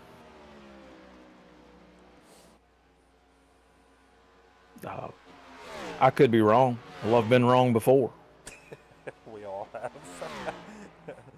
Well, I got ex-wives to prove that, I've been wrong before. Well, if you're running the fourth like Curtis Eckert is, I would definitely try the early pit stop, see if that will give me any advantage, because, you want the highest position that you can finish in. You may not have the number one car on the track, but you can finish, in a pretty respectful position. And he is about 3.7 seconds back from Scott Healy. So basically, I think if that 19 were to come in, which Scott Healy just entered the pits, so we got pit stops resuming right now, and Curtis Eckert going to take over third position. So that could be an advantage for Curtis Ecker to bring down his car, but him staying Yeah. out on the track, he might. I think he's holding out to try to go in when Steven and you know. Maybe not Darren, because Curtis and Steven, you know, they're white line racing, so they're on the same team. They're probably discussing their pit strategy at this moment. So Curtis will probably come in when Steven does, which will put Darren out by himself, or Darren may follow Steven in. It's really hard to tell exactly what's gonna be. And with these new tires on these cars, you never know what's going to happen. So you probably want to stay out as long as you can. But it looks like Steven is going to relinquish that lead and bring his car down pit road. And there he comes. So Darren Bruce might take over the lead here if he decides to stay out, and he does. So he's going to take over the lead, and Curtis Ecker also going to take over the second position from Stephen Light, dropping Stephen down to third position. Nathan Lafayette will be the next one to take over a position, and he is going to move up to third until pit cycles follow through. And my there's goodness. a caution. Scott Healy lost it to cold tires. Cold And tires. iRacing threw that caution. Wow. Oh, I can just hear the chat now. Oh, where's? Luckily, it did not pin Steven a lap down.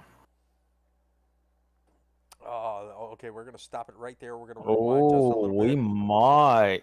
Yeah, I was watching that when it happened, and Scott was coming out and got loose, cold tires. That's really what got him. Steven just barely beat the pace car out to stay on the lead lap. But now we've got a real strategy conundrum because you know Darren's going to come down and take his tires. Curtis is going to come down and take his tires. Nathan's probably going to come in for his. And is that gonna... Steven just pit, so he doesn't have to stop, which is going to pin Keeley, Kincaid, and Joel all a lap down. So Keeley just got his lap back, basically because of the 27 and the 19 coming down. And he's... Well, Mark Kincaid's coming around, so yes, Mark Kincaid. There it is. Mark Kincaid got his lap back at the end. Beautiful. We now have all four playoff drivers on the lead lap, and they're all going to be on fresh tires. So now we got a show. So it's going to be the 99 going to be out front because he did not pit and he was on the lead lap. Curtis Ecker going to come out in second, I believe. And Nathan. Well, no. Healy is on lead lap. So that's going to put Scott Healy in first. But Scott Healy has not paid. No, Scott Healy may not have been on the lead lap because he is showing in sixth place right now. So he may not be on the lead lap. He may. You're right. He's He may in not front be of the leader, but he is behind the pace car, so he's going to have to take the lap, the waiver route. So by looking at the ticker right now, when they come to line up, I know that Mark got his lap back and had to pit. We're looking at it's going to be Steven, Curtis Ecker, and the 00 1 2 3. Mark Kincaid bringing his car back down pit road, maybe a top off, maybe the. Well, he should be coming in for his first. He was a lap down. He lucky dogged around, so now he's making his pit stop. Darren Bruce looks like was a little slow coming off the pits. Maybe he sped going in. He might have had a little bit of a hold there. Darren Bruce, it looks like he might have had a little bit of a hold. Looks like one. What is it showing as his pit time? Oh, yeah, he had a 40-second hold. He got popped for speeding. Very, very unfortunate for that. 45 seconds for Mark Kincaid. So, yeah. Those could either been holds or damage repair because it typically won't hold you under caution.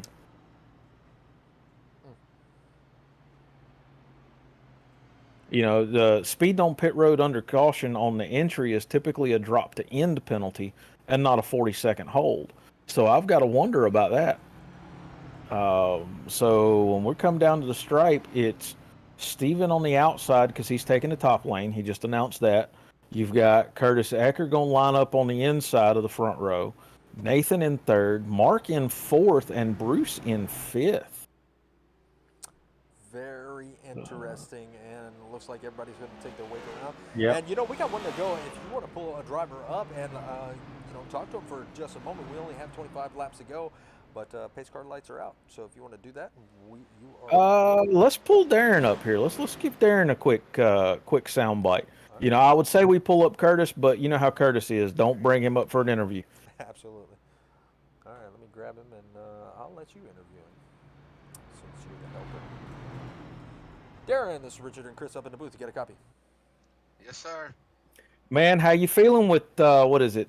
25 to go. I feel like hopefully a second place car. Well, you know, on the short run, you and Steven got even match times. Now, I know with him, you know, coming down and leading the start, he's going to get a decent jump. But short run, you can hold up with him. How do you feel on the longer run? He's getting his car to dip coming out of 2, and he's able to come off higher coming out of 4, and I just can't do it. And that's where he's beating me at. Well, we know you're about to go green, so good luck in the rest of your Green race, flag, and green we will flag. hopefully talk to you. Thanks, man.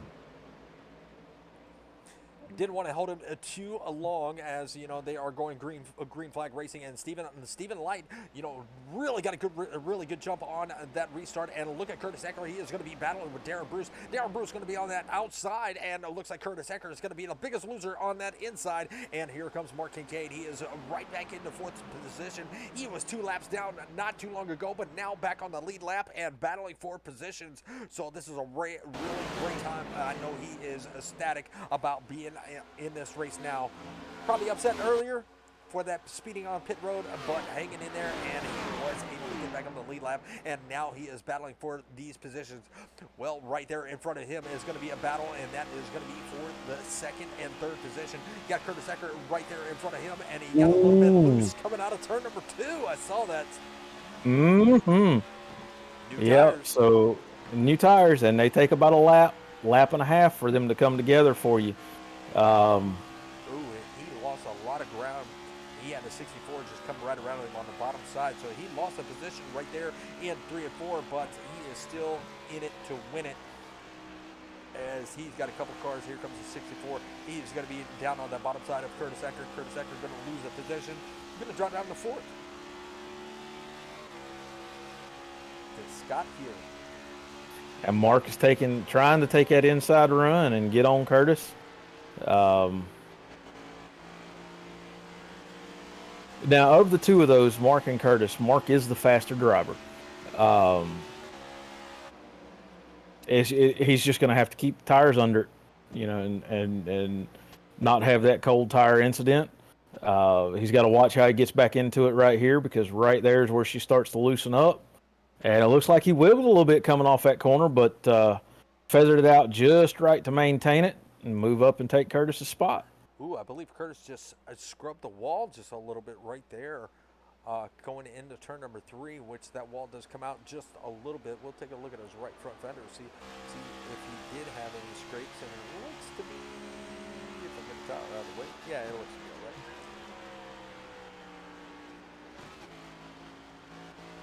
Mark pushed up hard in that corner.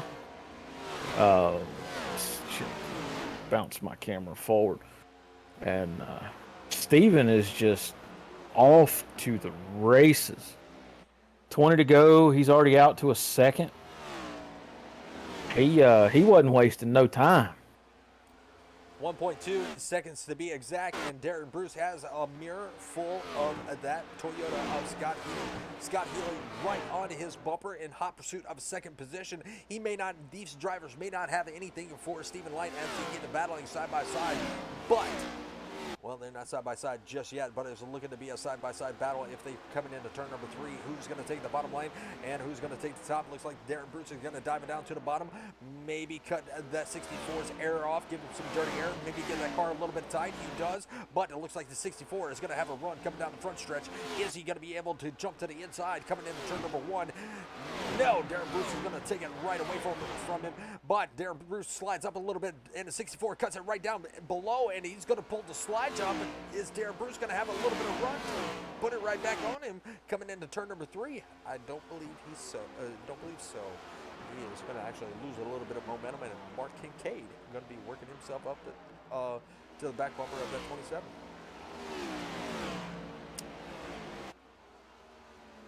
That was a nice little battle, and that was a nice move by Scott Healy. That was, and you know, talking to Scott pre-race, I'm actually surprised he made the race. Only because you know he went to work at 2:30 this morning, and he got off of work at, I think he said 7 o'clock. Yeah, I heard him say like you know, a 16-hour day or something like that. Yeah. Look, you know, I'm pushing 41 at this point, and I'm gonna go ahead and tell you, if you get my butt out of bed at 2:30 and I work till 7, there ain't but one thing I'm doing, and it ain't getting on, you know, the simulator to come race. I will be watching the back of my eyelids, pretending I'm a Harley Davidson, and snoring my butt off.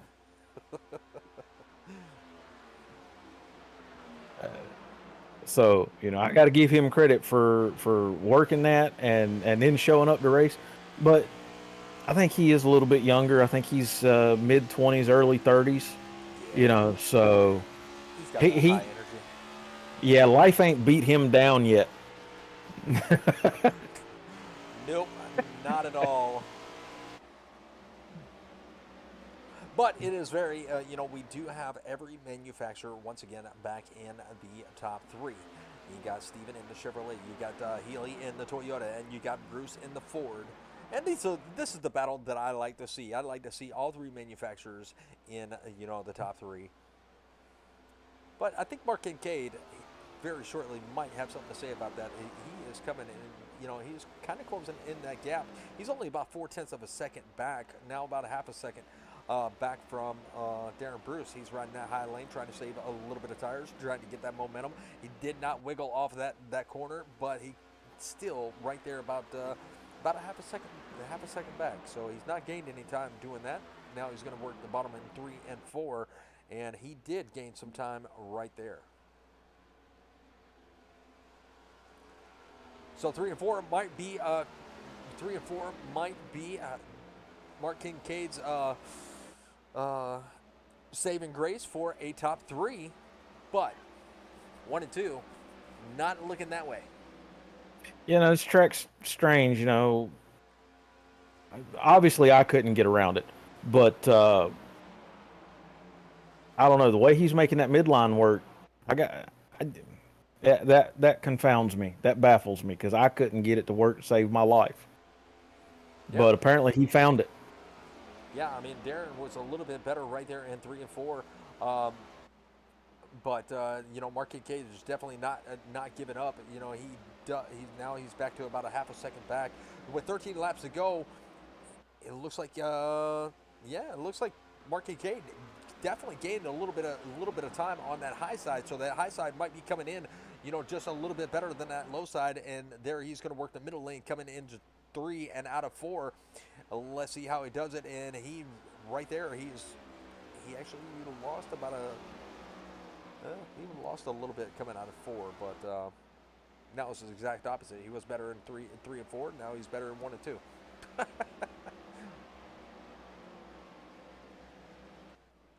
Give it to Brianna. Brianna is definitely staying out there on the track. She is showing in 8th, but 9 laps down, and she is still out there. Maybe wouldn't say. I don't think she's hit the wall anymore. She had the same right front damage that she had, you know, earlier on. 11 laps to go, still out there making some laps. So good job by her. Yeah, I think she would get my vote for driver rookie of the year. Yeah, like I said, she's done compared to where we started the season, she has made so much of an improvement. You know, if you look at her at Daytona versus looking at her at Talladega, and this is not to cut down on her in any way, but that's two completely different drivers on the track. Number one, her confidence on the track, the way she communicates with other drivers. The other side of that, there were points in the Talladega race where she was running, in the draft line like she was a seasoned pro.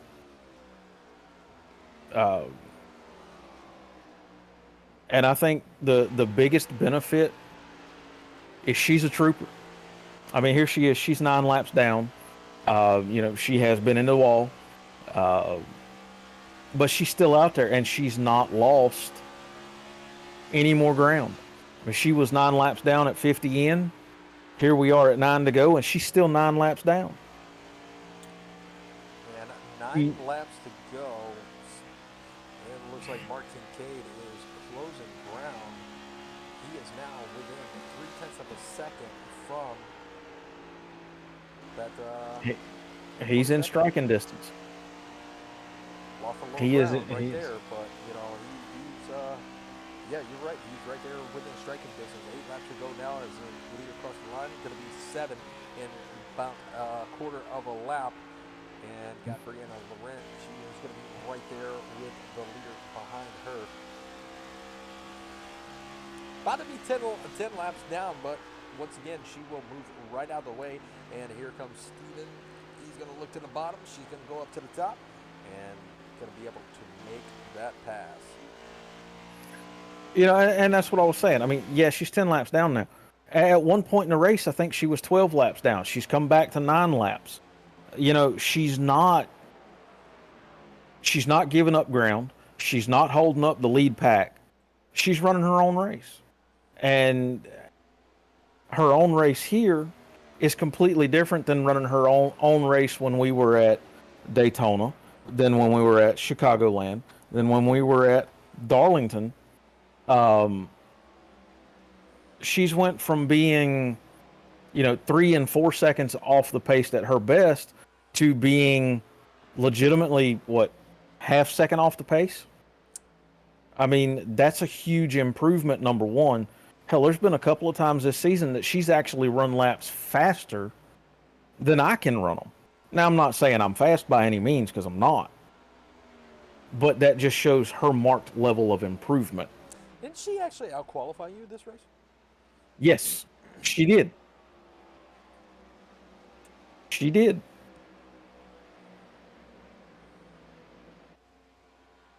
And again, that goes to her dedication to improve her craft because she enjoys this.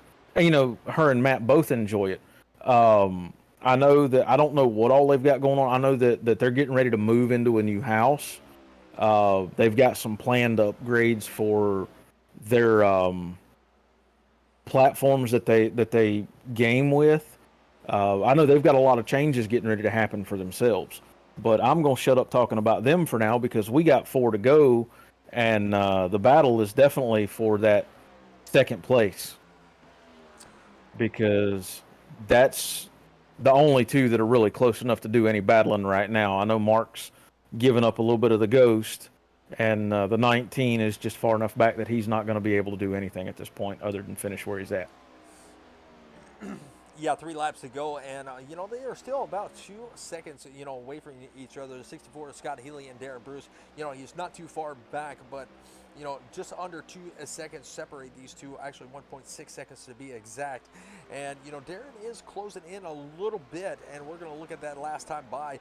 And it looks like Darren Bruce was a little bit slower than Scott Healy, but the fastest car on the track is going to be that 99.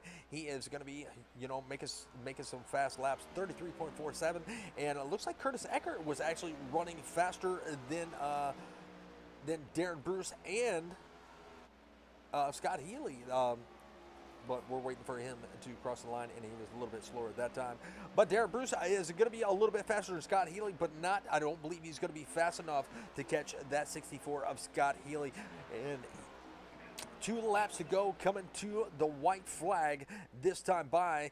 It looks like it's going to be all that 99 show. He's led the most, he started on the pole, he's led the most laps, and, you know, he may be bringing home that championship here at the Genesis Cup Series.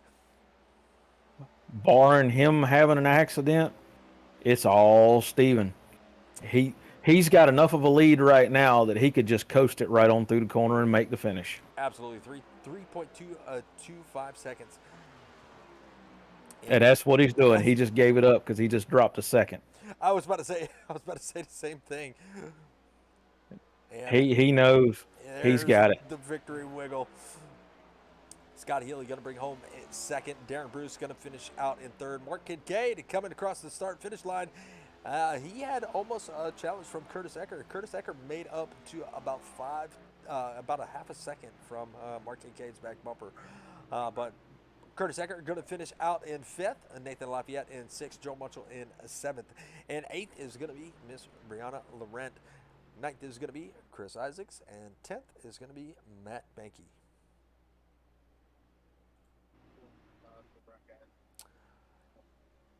And I hear Steven on the radio congratulating all the drivers for a good season. Well done. Yeah. And here comes that burnout that we've been waiting for, because this is my favorite camera. There it is, the burnout cam. Gonna get a real nice shot of that burnout. Burnout cam number 2, just of a closer angle.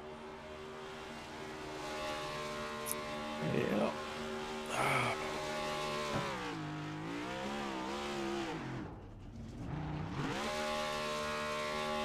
Now he's going to pin it and blow the motor.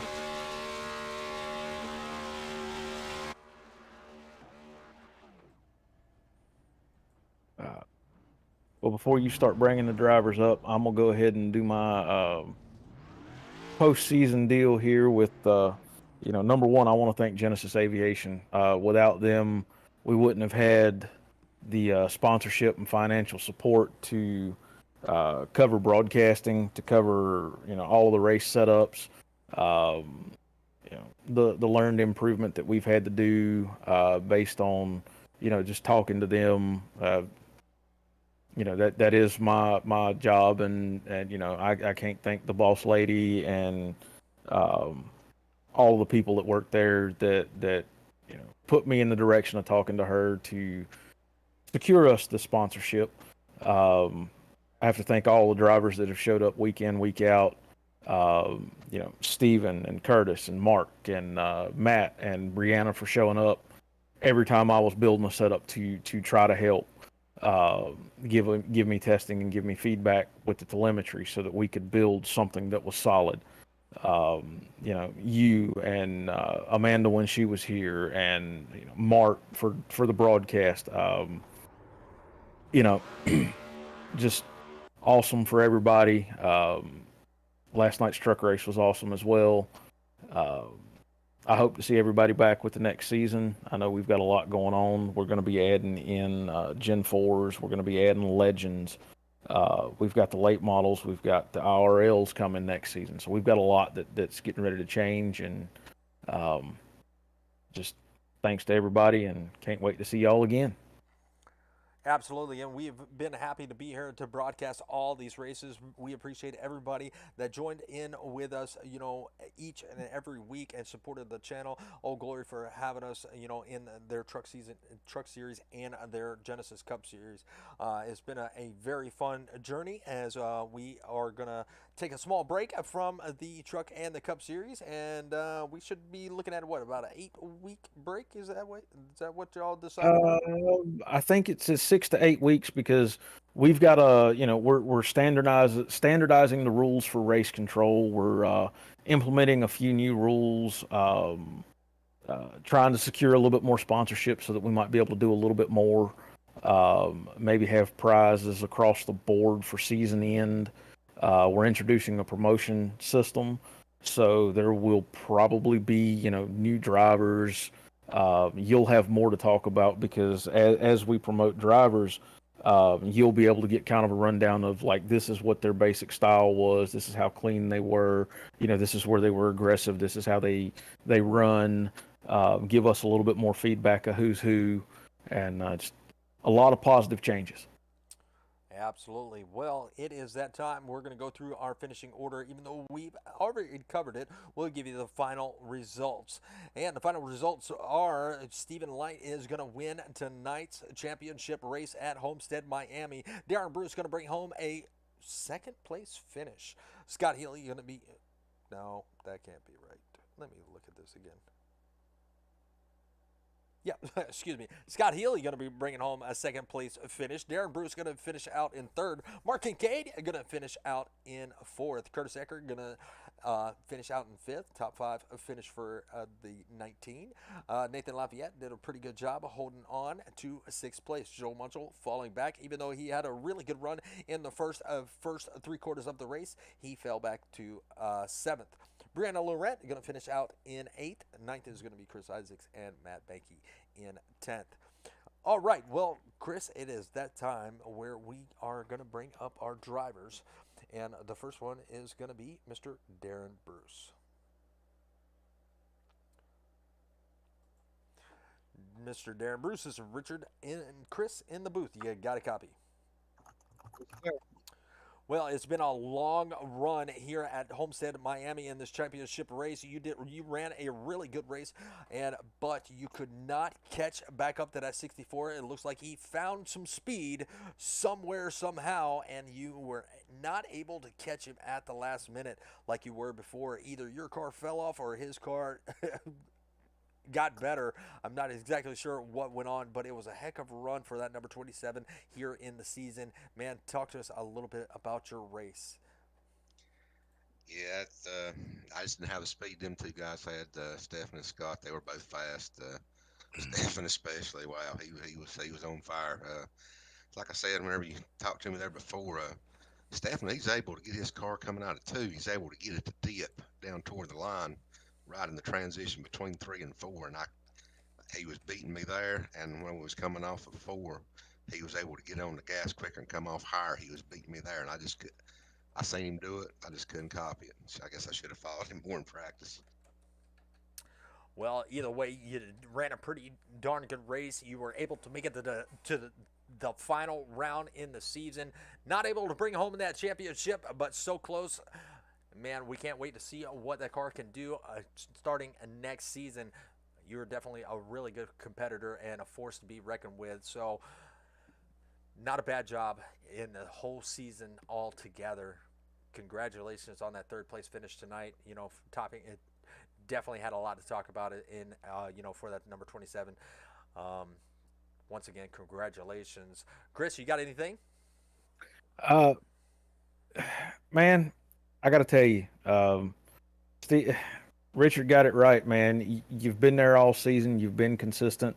I know that you had messaged me about the one race you missed for being stuck on a fishing boat, but to be here at the end, you've done a great job, and I can't wait to see what you put on the track next season. I do hope you come back. Yeah, Chris, appreciate everything you done and the other admins, man. I know y'all. It's a lot of work. I wouldn't want to do what you guys do, but really appreciate what you guys do. And yeah, we'll talk to you about the next season. It's been a fun league. Absolutely, absolutely. And you know how it goes, man. You get all the shout outs you want at this point. I'll shout out to you and the other admins and Richard and I want to say appreciate Genesis Aviation for doing the sponsorship and my local guys here, Select Seal Coating and Duckworth Barbecue. And I always want to thank my wife for letting me do this and give a little shout out to my grandchildren who like to watch these things. Absolutely. Well, we appreciate them watching the channel. And, man, we'll let you get down there, celebrate with everybody. Once again, great season and great finish here tonight at Homestead. Thanks, man. Put him down in the waiting room. I forgot what chat, I forgot what chat it was in. Dirty South Racing.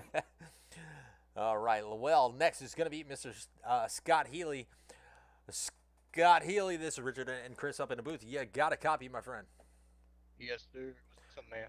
Well, you had a fast race car. You fell off at the first stage, but you were able to bounce it right back and finish in second. Man, you've definitely found a speed in that car here at Homestead.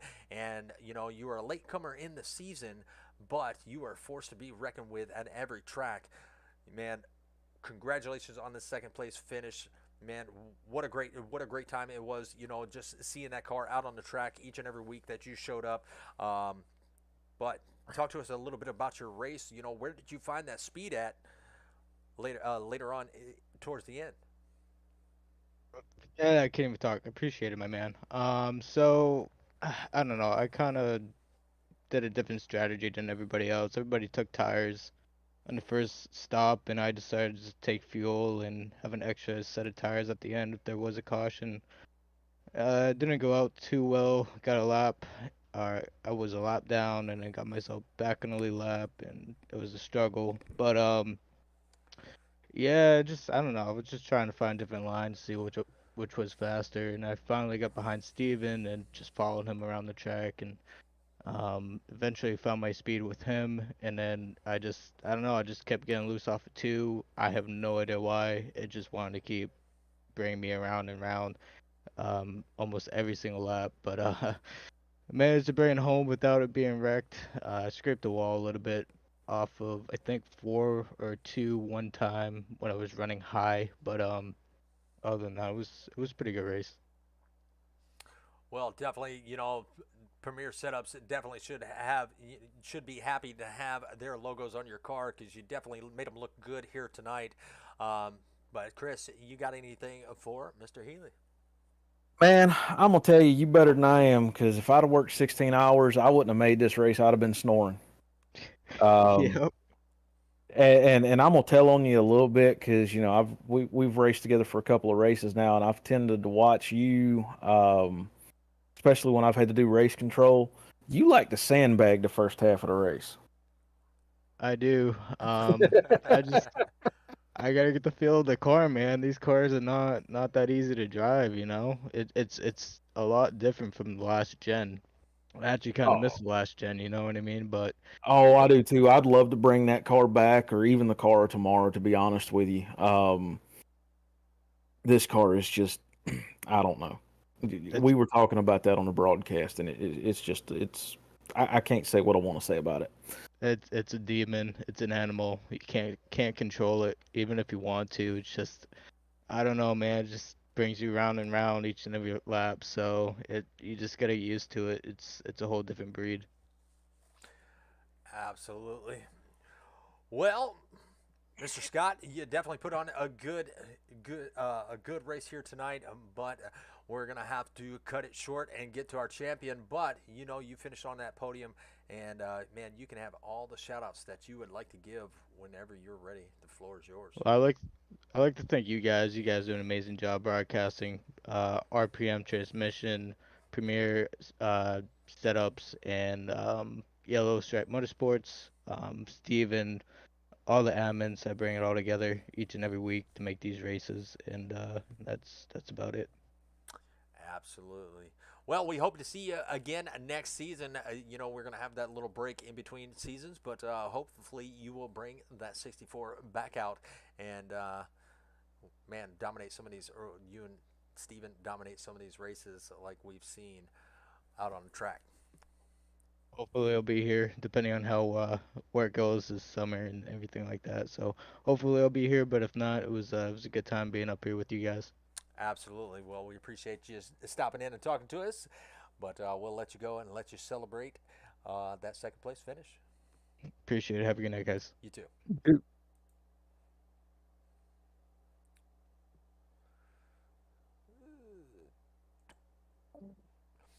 All right. Well, it is that time to bring up our championship winner, and that is going to be Mr. Stephen Light. Bring him on.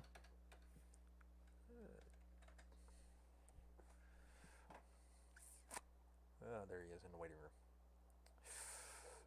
He's the only one that comes to the waiting room.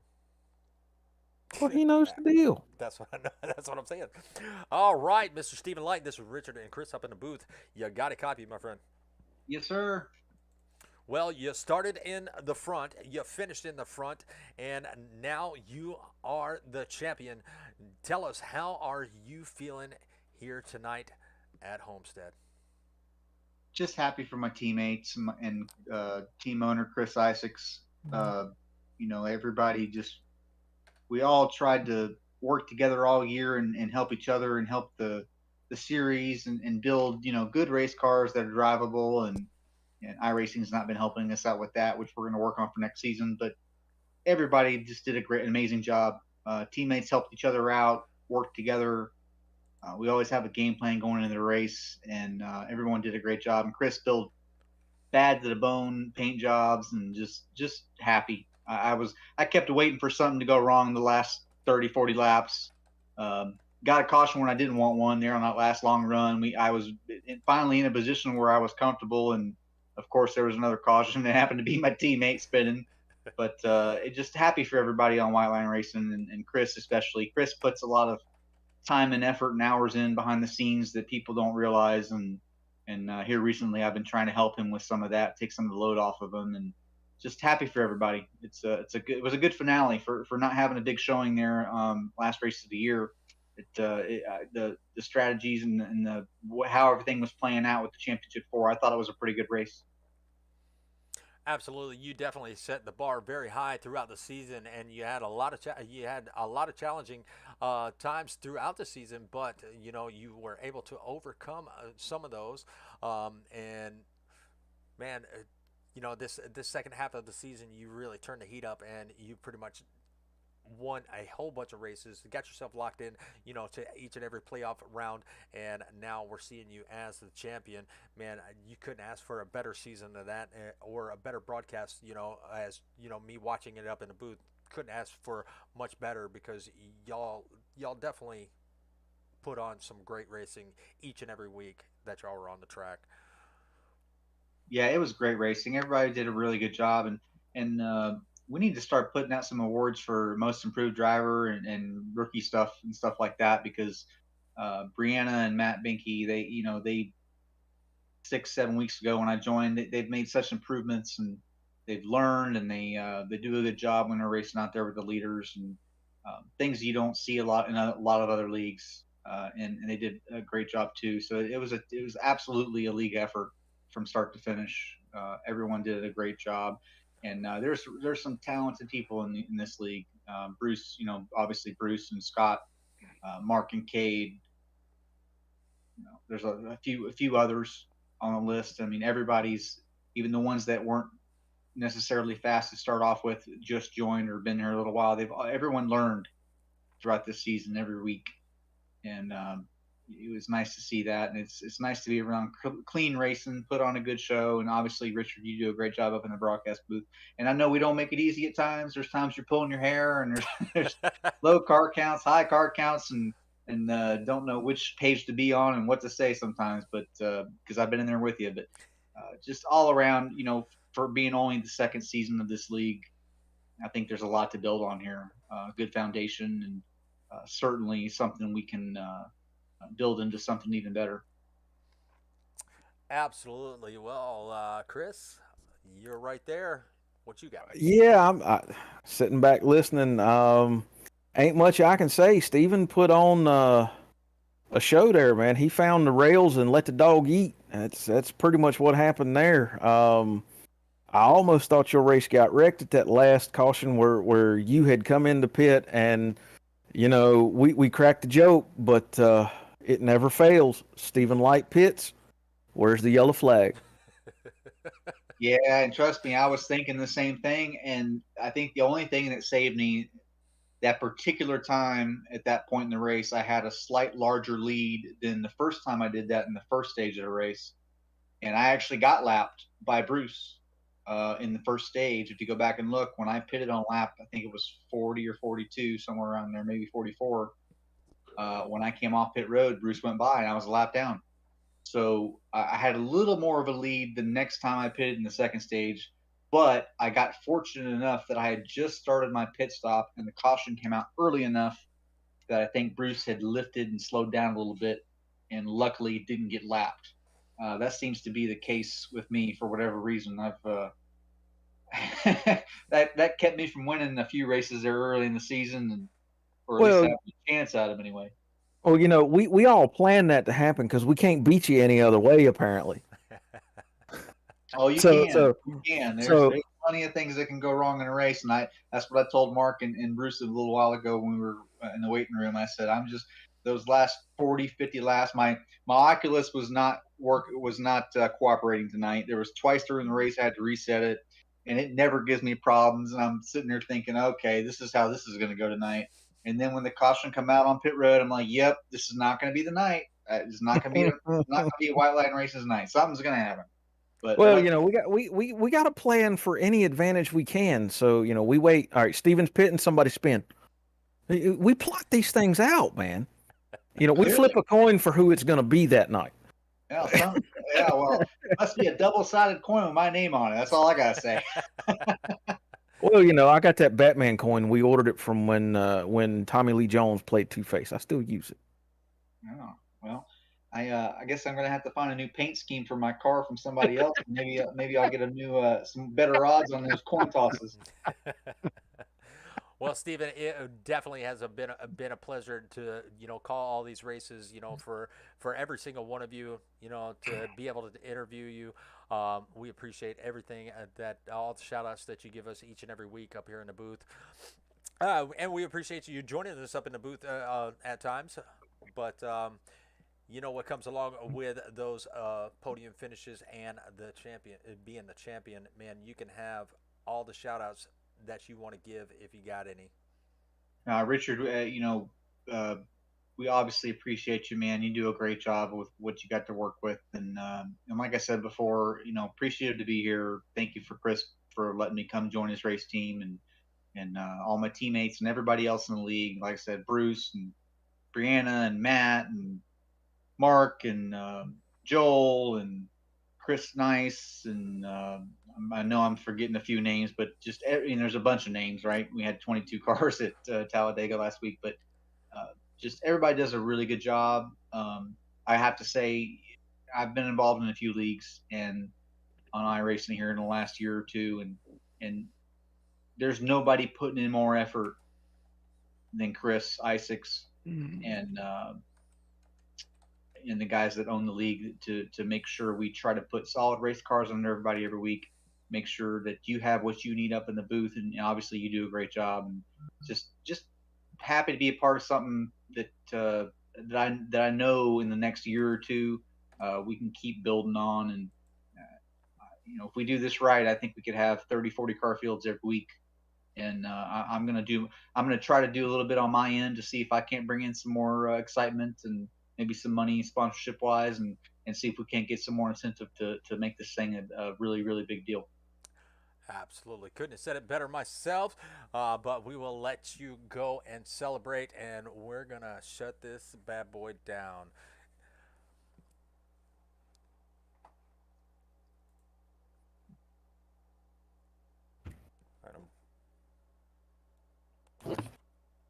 I just got y'all muted.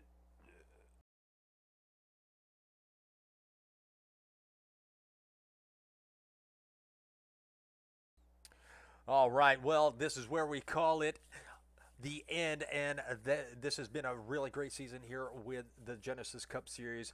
A lot of great drivers that have been in this league. We were able to broadcast them and bring you all the live action on each and every track.